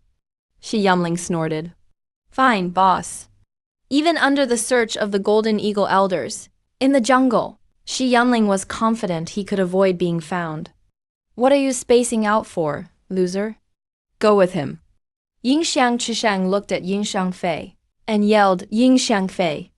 After all, he's one of us. Serves as supervision." Shi Yunling was fine with it. So the two of them entered the forest together, searching for the snake den. As they say, a cunning rabbit has 3 burrows, and snakes love to take over rabbit holes. So snake dens are hard to find. Naturally, Shi Yunling wouldn't try too hard. He only pretended to cooperate, taking a casual stroll through the woods. Yin Xiangfei didn't care about finding the snake den either. He just worried aloud. "Looks like Snake Zelen can't catch up now. I was hoping to meet my dream girl, but I guess there's no chance now. Don't worry, fate will bring you together someday." Soon, Shi Yunling arrived at a small hill. "We've arrived. Where are we?" Yin Xiangfei asked, confused. "We found the snake den," Shi Yunling said with a smile. "It's the place to watch the show. Is your big brother going to hunt the gray python? Even though it's a juvenile gray python, it still weighs tens of thousands of pounds. With such a massive body, hunting it is no easy task. But with the Golden Eagle elders here, the gray python won't be a problem." Ying Xiangfei yawned, feeling incredibly bored.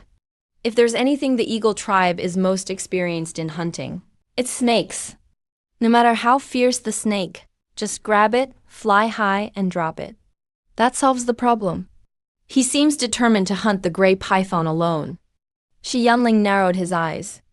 Yingxiang Qisheng was wielding his heavy sword, approaching the gray python step by step. The 3 Golden Eagle elders wanted to help, but he waved them off. He wanted to do it by himself, to kill the juvenile gray python. The gray python suddenly raised its massive head and roared at Yingxiang Qisheng. Its terrifying aura swept through the startled birds and beasts. Yingxiang Qisheng sneered. "Come at me, beast." Boom! The gray python opened its huge mouth. To everyone's surprise, Yingxiang Qisheng was swallowed whole. Yingxiang Qisheng is dead. Now my chances of inheriting the chief's position just went up.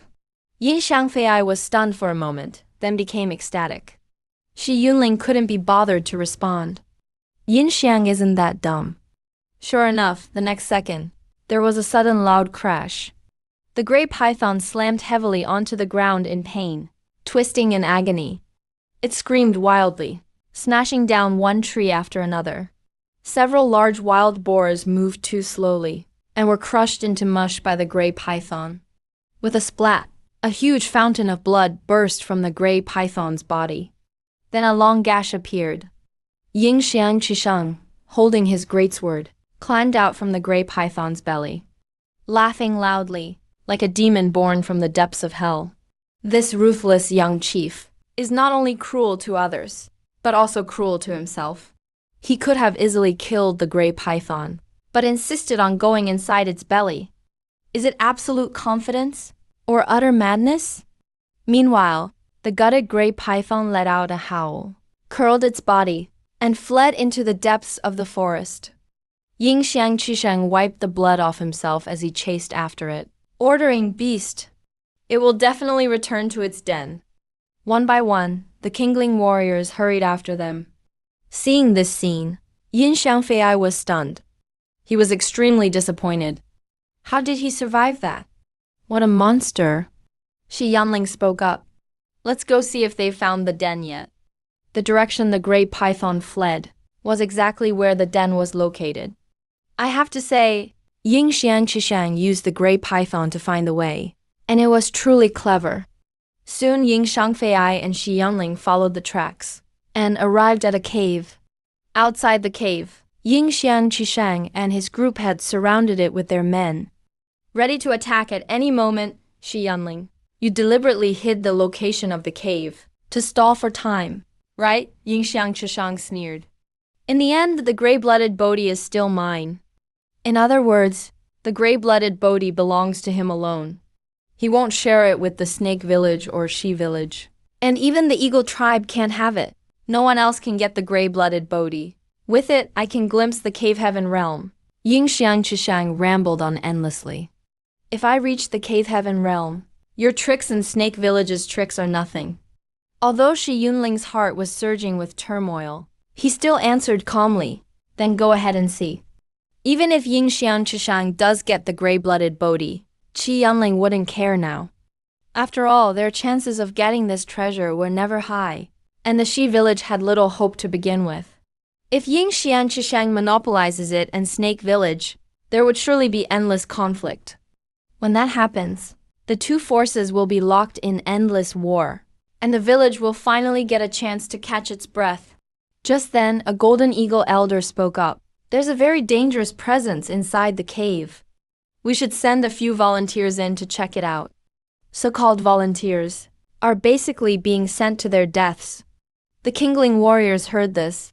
Although their expressions didn't change, their hearts were all stirred. No one wanted to be a sacrifice. No need for Yingxiang Chishang to step forward. I'll go in and check it out myself. He was utterly fearless. He had absolute confidence in his own fighting power. Elder Golden Eagle immediately objected. You are the young chief. A life of great value. But Yingxiang Chishang simply ignored the advice. What's so scary? It's just a giant snake. With that, he entered the cave without looking back. Seeing this, 3 golden eagle elders were deeply impressed by his courage. With such a young chief, the eagle tribe will surely rival the ancients in the future. Yin Xiangfei just gave a cold snort. He was extremely jealous of Yingxiang Chishang. Xianling patted him on the shoulder, trying to comfort him. Do you think he'll make it out alive? Definitely not. Yin Xiangfei said angrily. He'll pay the price for his arrogance. The pitch-black cave was like the jaws of a giant beast. Yin Xiangfei stared intently, eagerly hoping Yingxiang Chishang would die inside. Sounds of fighting and roaring kept coming from the cave. Half an hour later, things calmed down. A few breaths later, Yingxiang Chishang walked out, sword in one hand, and carrying a 10,000-pound giant python in the other. He looked like a demon descending on the world. That mere beast is dead by my hand. Everyone knelt down together, shouting in admiration. Only Yin Xiangfei and Xianling were still standing. Yin Xiangfei hurriedly knelt and flattered him. Big brother, your power is unfathomable. I'm so awed that my hands and feet are cold. Yingxiang Chishang snorted coldly and stayed silent. He only stared at Xianling. You're not convinced? Xianling asked back. Convinced or not, what's the difference? You think killing a gray python is nothing to brag about? Dingxiang Chishan burst out laughing. He took out a vibrant green leaf. Take a look, what kind of leaf is this? Full of life. Even Xianling looked surprised. He actually managed to get the gray-blood Bodhi. Not bad, you have sharp eyes. Yingxiang Qishang praised. Big brother, since you found the treasure herb, why not just take it yourself? Yin Xiangfei asked in confusion. Fool, you're too short-sighted. Only thinking about petty gains. Yingxiang Qishang scolded. A single treasure herb is just a small benefit? Yin Xiangfei was even more confused. Shut up, Yingxiang Qishang didn't bother to explain. But the Golden Eagle elders instantly understood. He wanted to lure more than just the adult gray python, but also Snake Village and the hunting teams from Rock Village. Keep the treasure herb for Snake Village. Rock Village's target was the adult gray python. Fighting it would definitely exhaust them. If the treasure herb was taken, their target would become the Eagle tribe. This is a brilliant scheme to use others to do the dirty work. The elders all exclaimed at the young chief's intelligence and martial prowess, just as Yingxiang Chishang waved to let everyone rest. After flying for 7 days, and another big battle, everyone was already exhausted. Kinglin's brave warriors climbed up to the treetops to rest. Xianling saw through the scheme. but knew it posed no threat to Rock Village. Rock Village didn't really desire this treasure herb anyway. Meanwhile, in the mud, one of Sheshanqui's eyes slowly opened. He had been watching Yingxiang all along, wounding his opponent. Not picking the treasure herb is good for Snake Village. He saw through the plot immediately. But he still had to go along with it. There was no choice when it comes to the Greyblood Bodhi. Snake Village has coveted it for centuries. He himself greatly desires this treasure herb as well. Even a small piece of Greyblood Bodhi could allow the Grey Python to evolve into a flood dragon. If his Grey Python evolves, he will undoubtedly become chief of Snake Village. Second Master, should we take the chance to enter the cave and pick the Greyblood Bodhi? One of his subordinates suggested. No, Sheshankui shook his head. Yingxiang Qishang is incredibly cunning. He has already set up heavy traps. Besides, the adult Grey Python is already close by.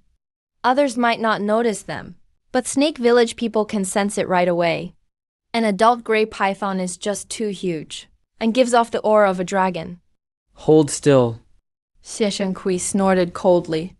Let Yingxiang Qishang fight the python after killing its offspring. Let him battle with the Grey Python. Snake Village will just wait and see. Not long after, a deafening roar erupted. Within the roar was endless grief and fury. The giant Grey Python saw its child's corpse and raged out of control. The nearby rocks and ancient trees were all crushed. About half a day later, it finally calmed down completely. Carrying its child's body, it entered the cave, guarding the Greyblood Bodhi. Yingxiang Qishang was very smart, deliberately avoiding the strongest threat for now. He didn't face the Grey Python head-on. He deliberately remarked how tough that beast was. It would take Snake Village and Rock Village working together to have a chance at killing it. To put it nicely, it's an alliance. To put it bluntly, it's using others to do the dirty work. Several days later, the hunting teams of Rock Village and Snake Village both arrived at the cave. The leader from Rock Village was, as always, Xianfeng. But the leader from Snake Village was the one-eyed Shishanting. This surprised Xianling greatly. After all, this old man is notoriously cautious.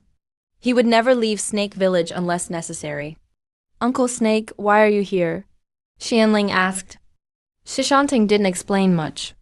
This is too important, and he had no choice but to come. His original plan was to play the waiting game, hiding in the background, and serving as Snake Village's final line of defense. But Yingxiang Qishang messed everything up all of a sudden. Now everything was in chaos. So he had no choice but to lead the team himself. Even though he traveled as fast as possible, he still missed the best opportunity. At this moment, Yingxiang Qishang spoke up. The adult Grey Python has entered the cave.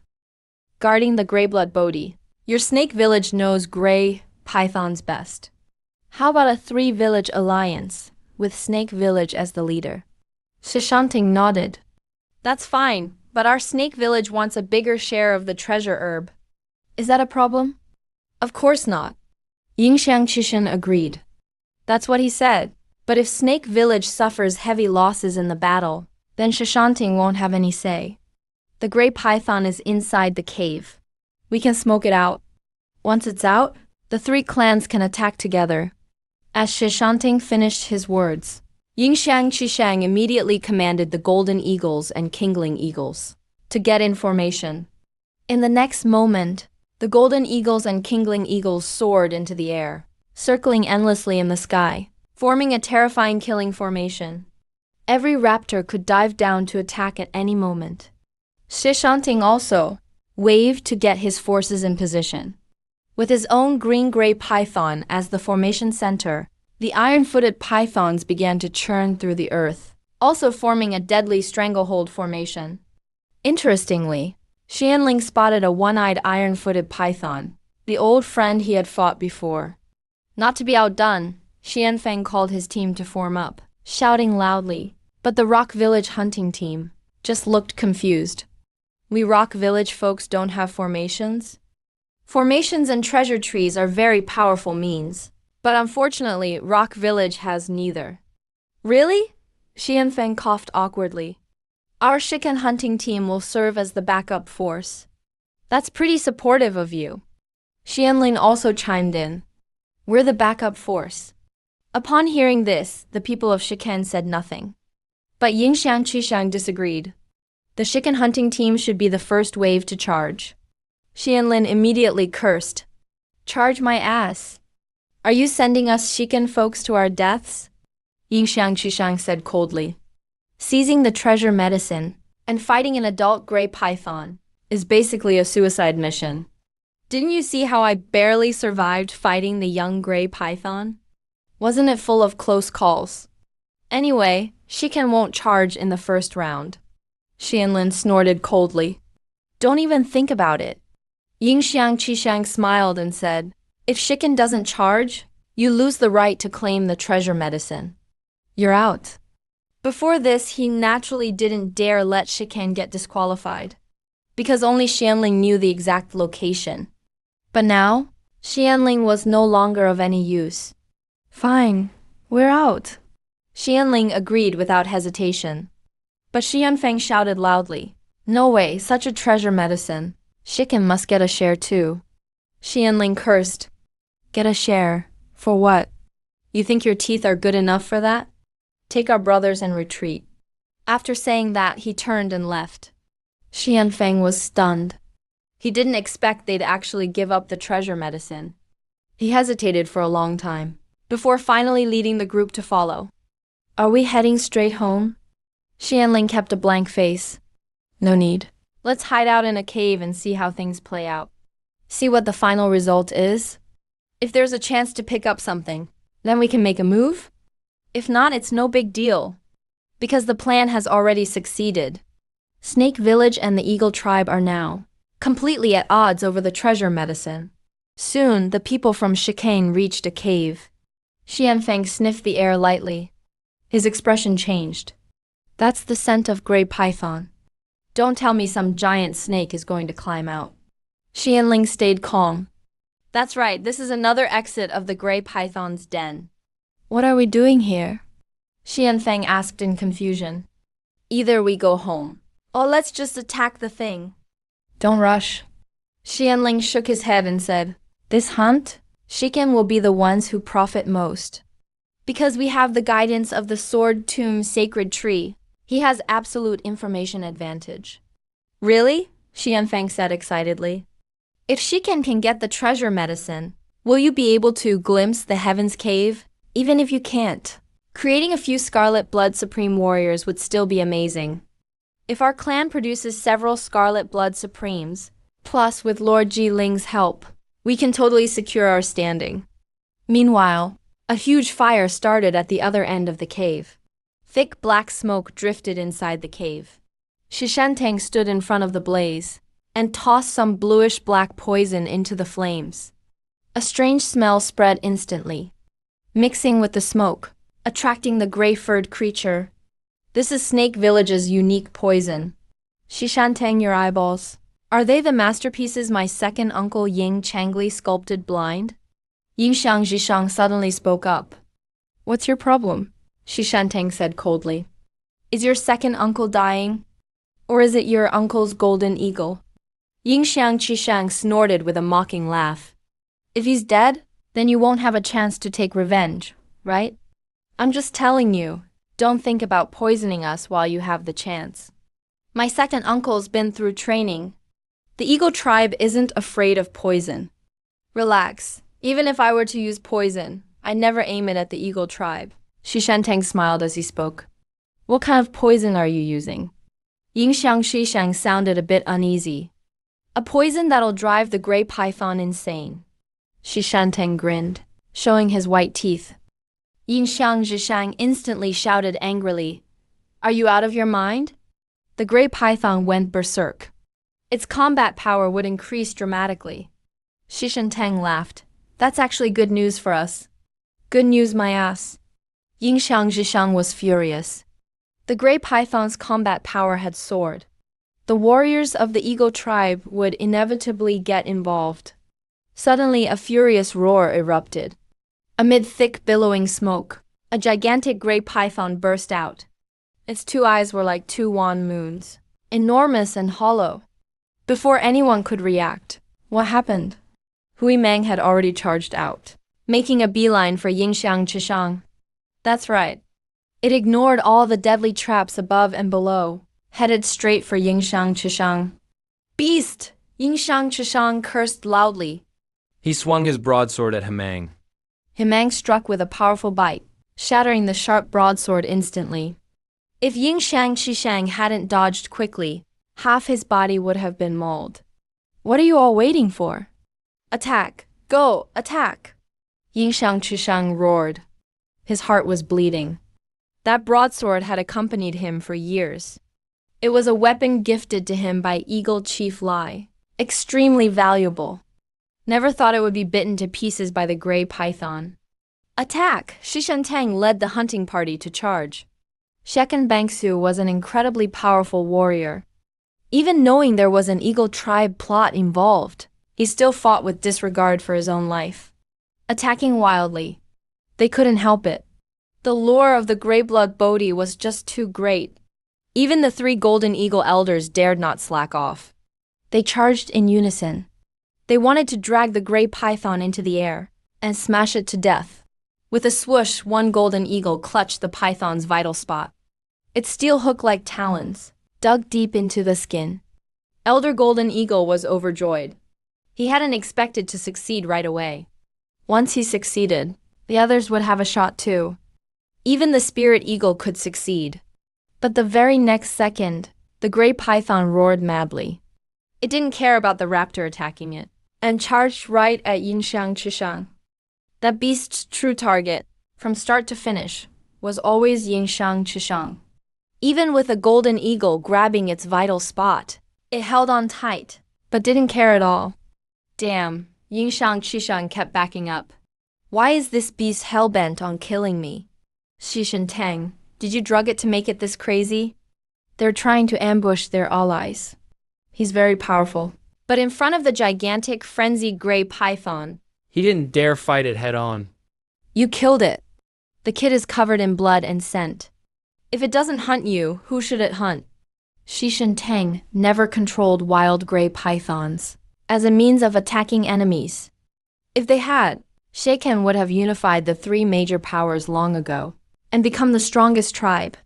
Meanwhile, Yingxiang Qishang got fed up with being hunted.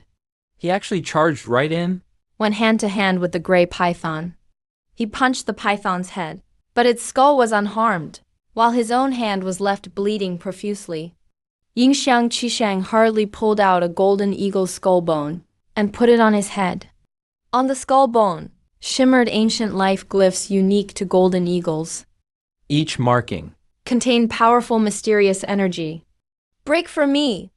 Yingxiang Qishang slammed his fist down on the python's head again. Boom! The gray python was knocked to the ground. Xishan Tang seized the chance and shouted, "Constricting formation!"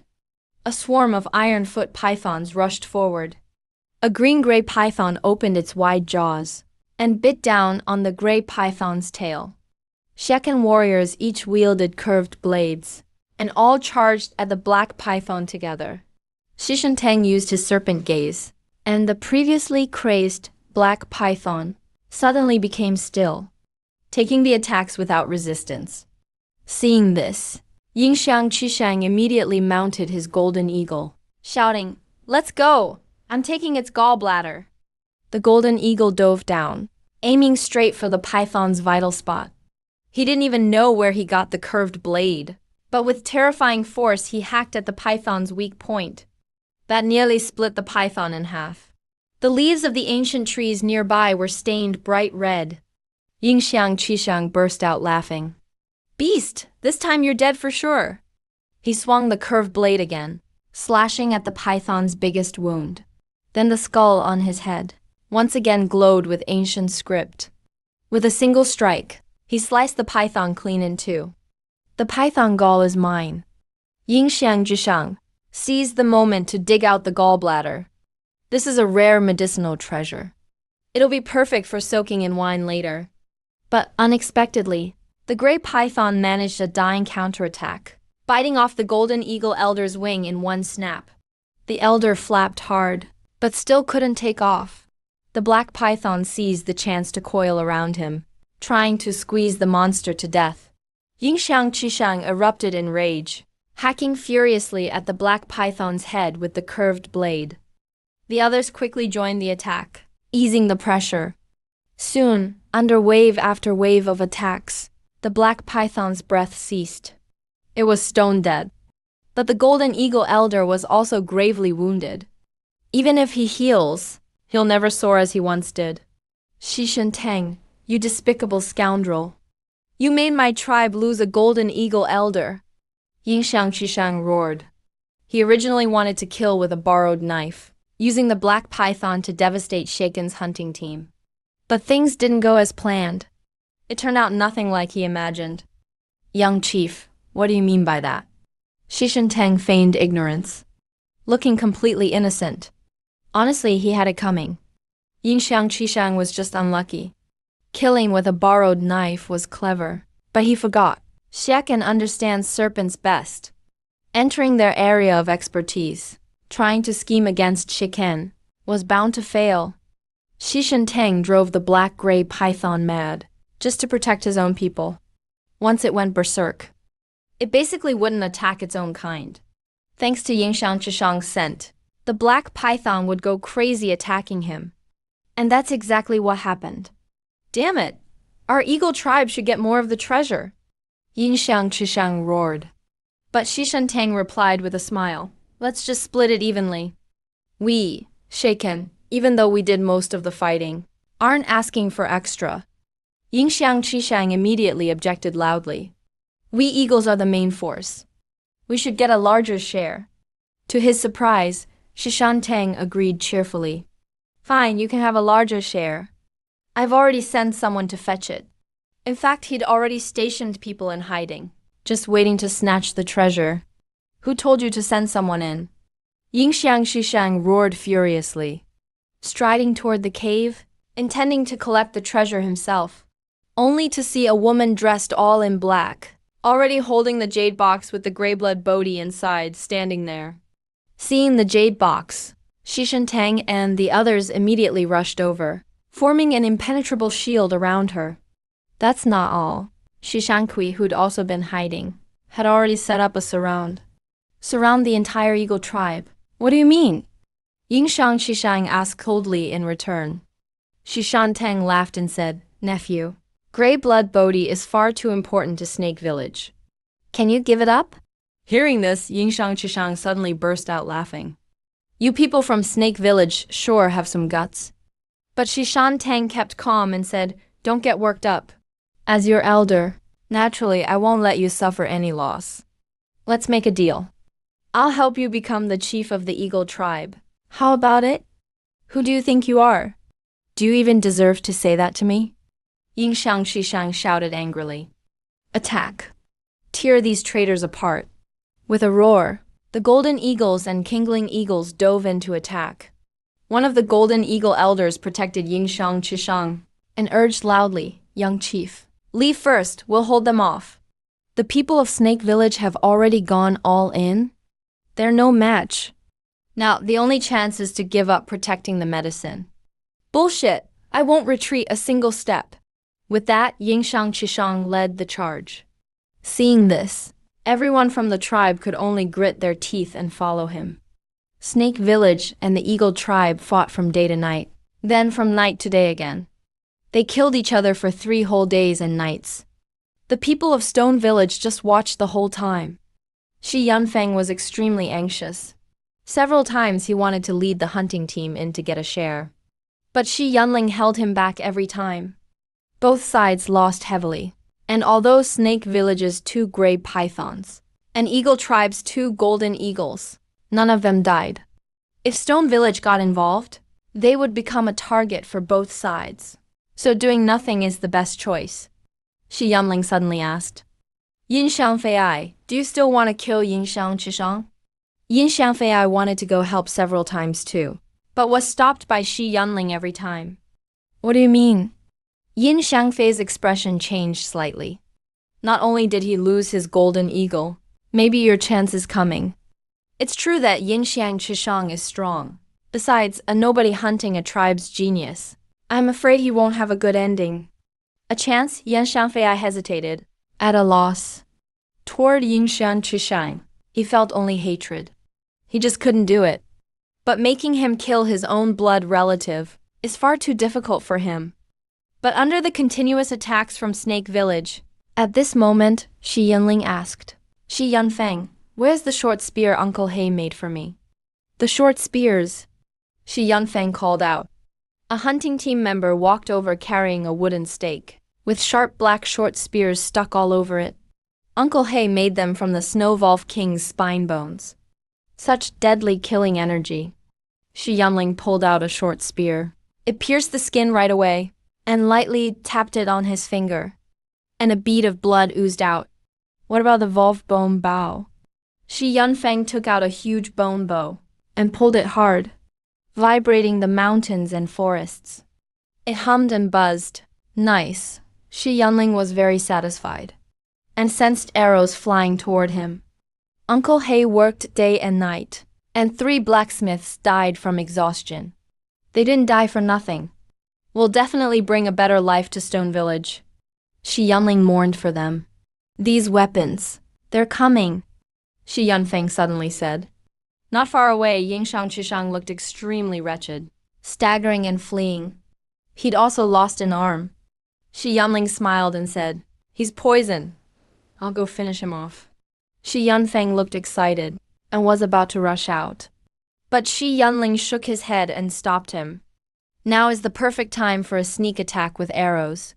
Cutting through leaves along the way, the archers who'd been waiting readied their bows and launched their thick arrows in unison, all aiming at Yinxiang Qishang. Swish, swish, swish. Yinxiang Qishang twitched his ears slightly. He leapt again and again. Of course it's nice.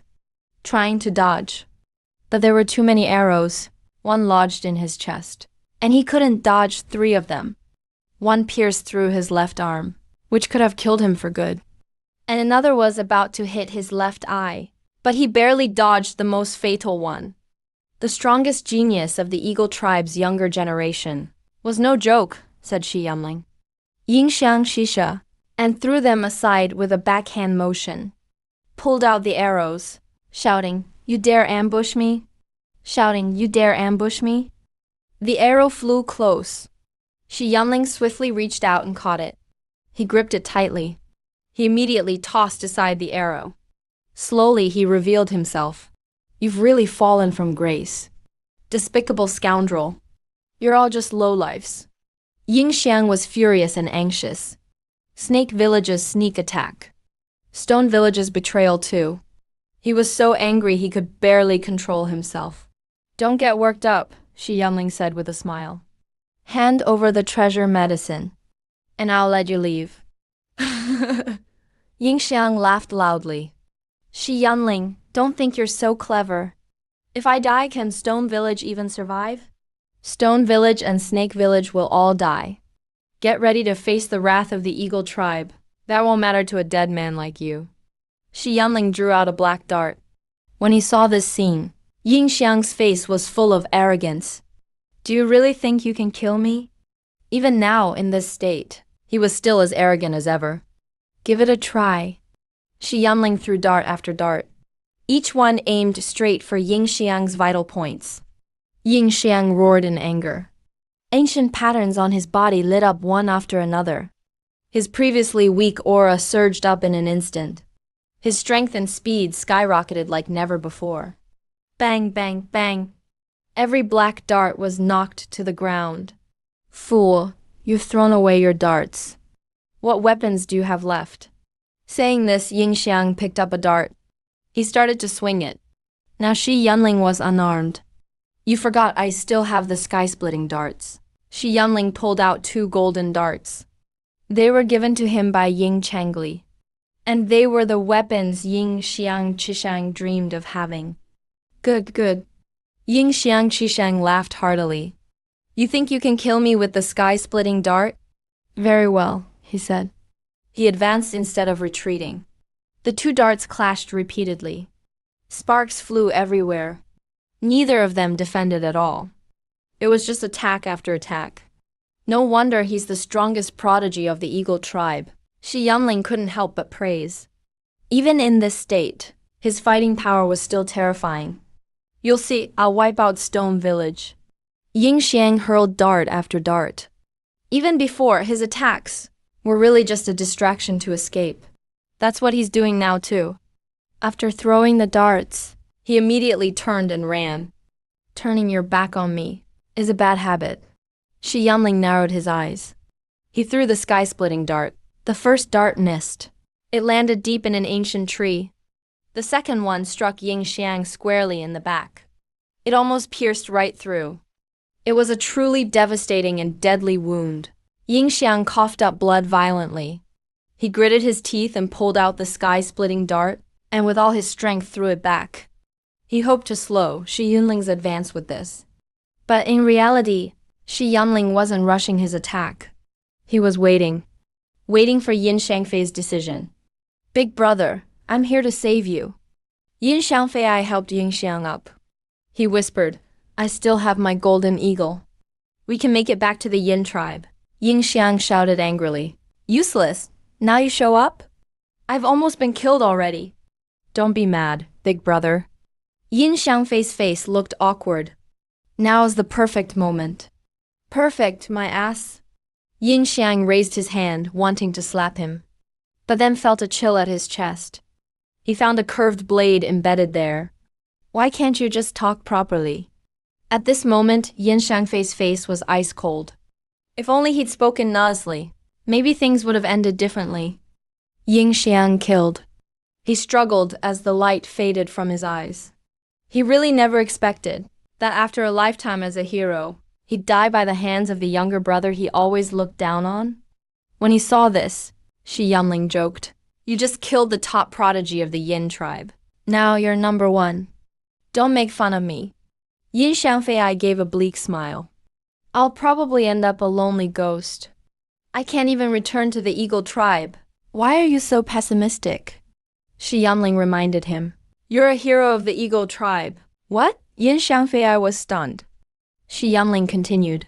When you were gathering the medicine, the eagle tribe was ambushed by Snake Village's poisonous plot.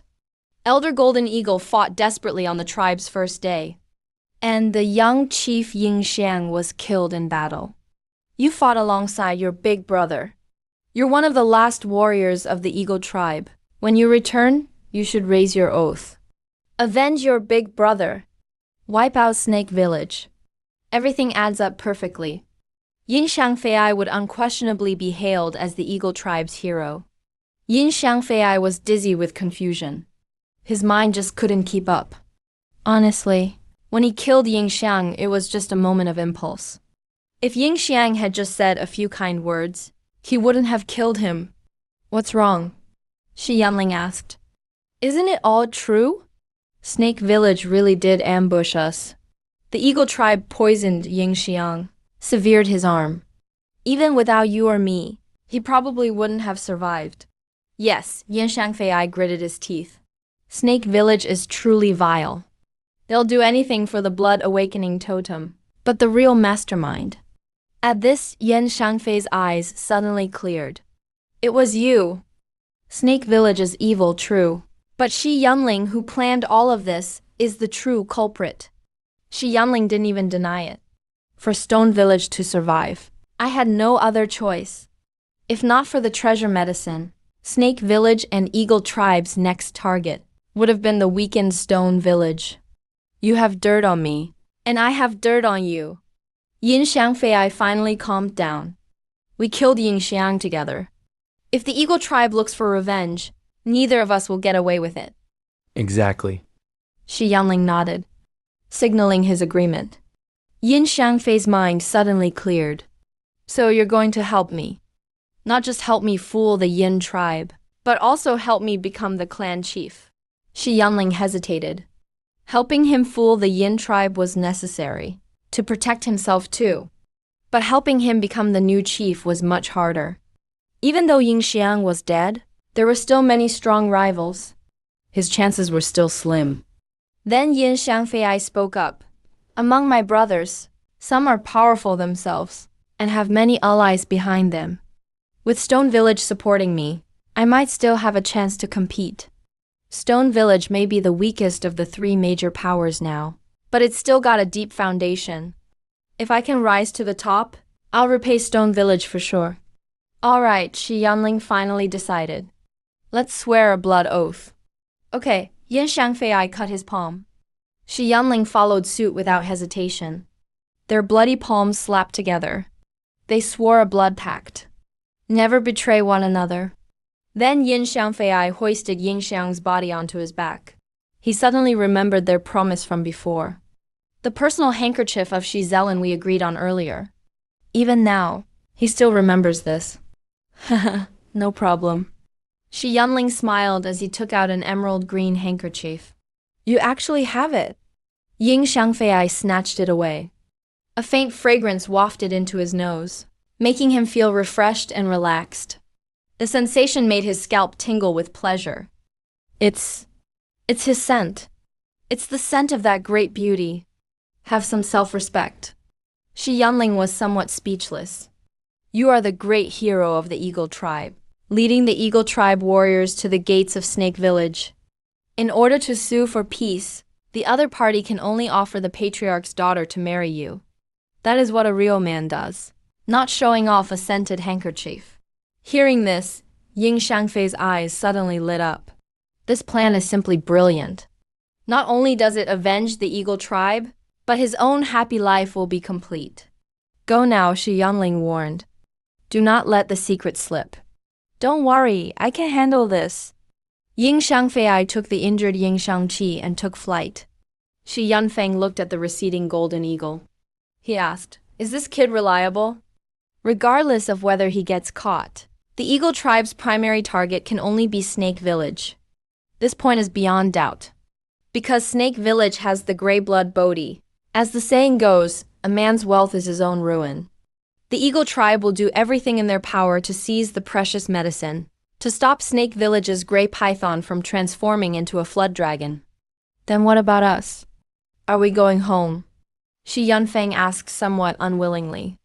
Coming all this way. If we don't do something, it feels like something is missing. But in the next second, Shi Yunling's words were shocking.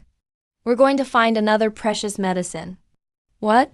Shi Yanfeng was also shocked. There's another precious medicine? Indeed. Didn't you notice there are 2 gray pythons? The juvenile gray python guards one precious medicine, while the adult gray python guards another. The gray blood Bodhi that Snake Village and the Eagle Tribe are fighting over is just the one guarded by the juvenile python. There is a larger one, hidden deeper within the cave. No wonder you had us immediately guard this ordinary-looking cave. So you had a backup plan all along. Shi Yanfeng's face was full of surprise. If we get this precious medicine, Shi Village will truly be safe and sound. Shi Yanling took a deep breath. He was also very nervous. Now Snake Village and the Eagle Tribe are locked in a fierce battle. They can't possibly pay attention to this precious medicine. Shi Village is determined to get it.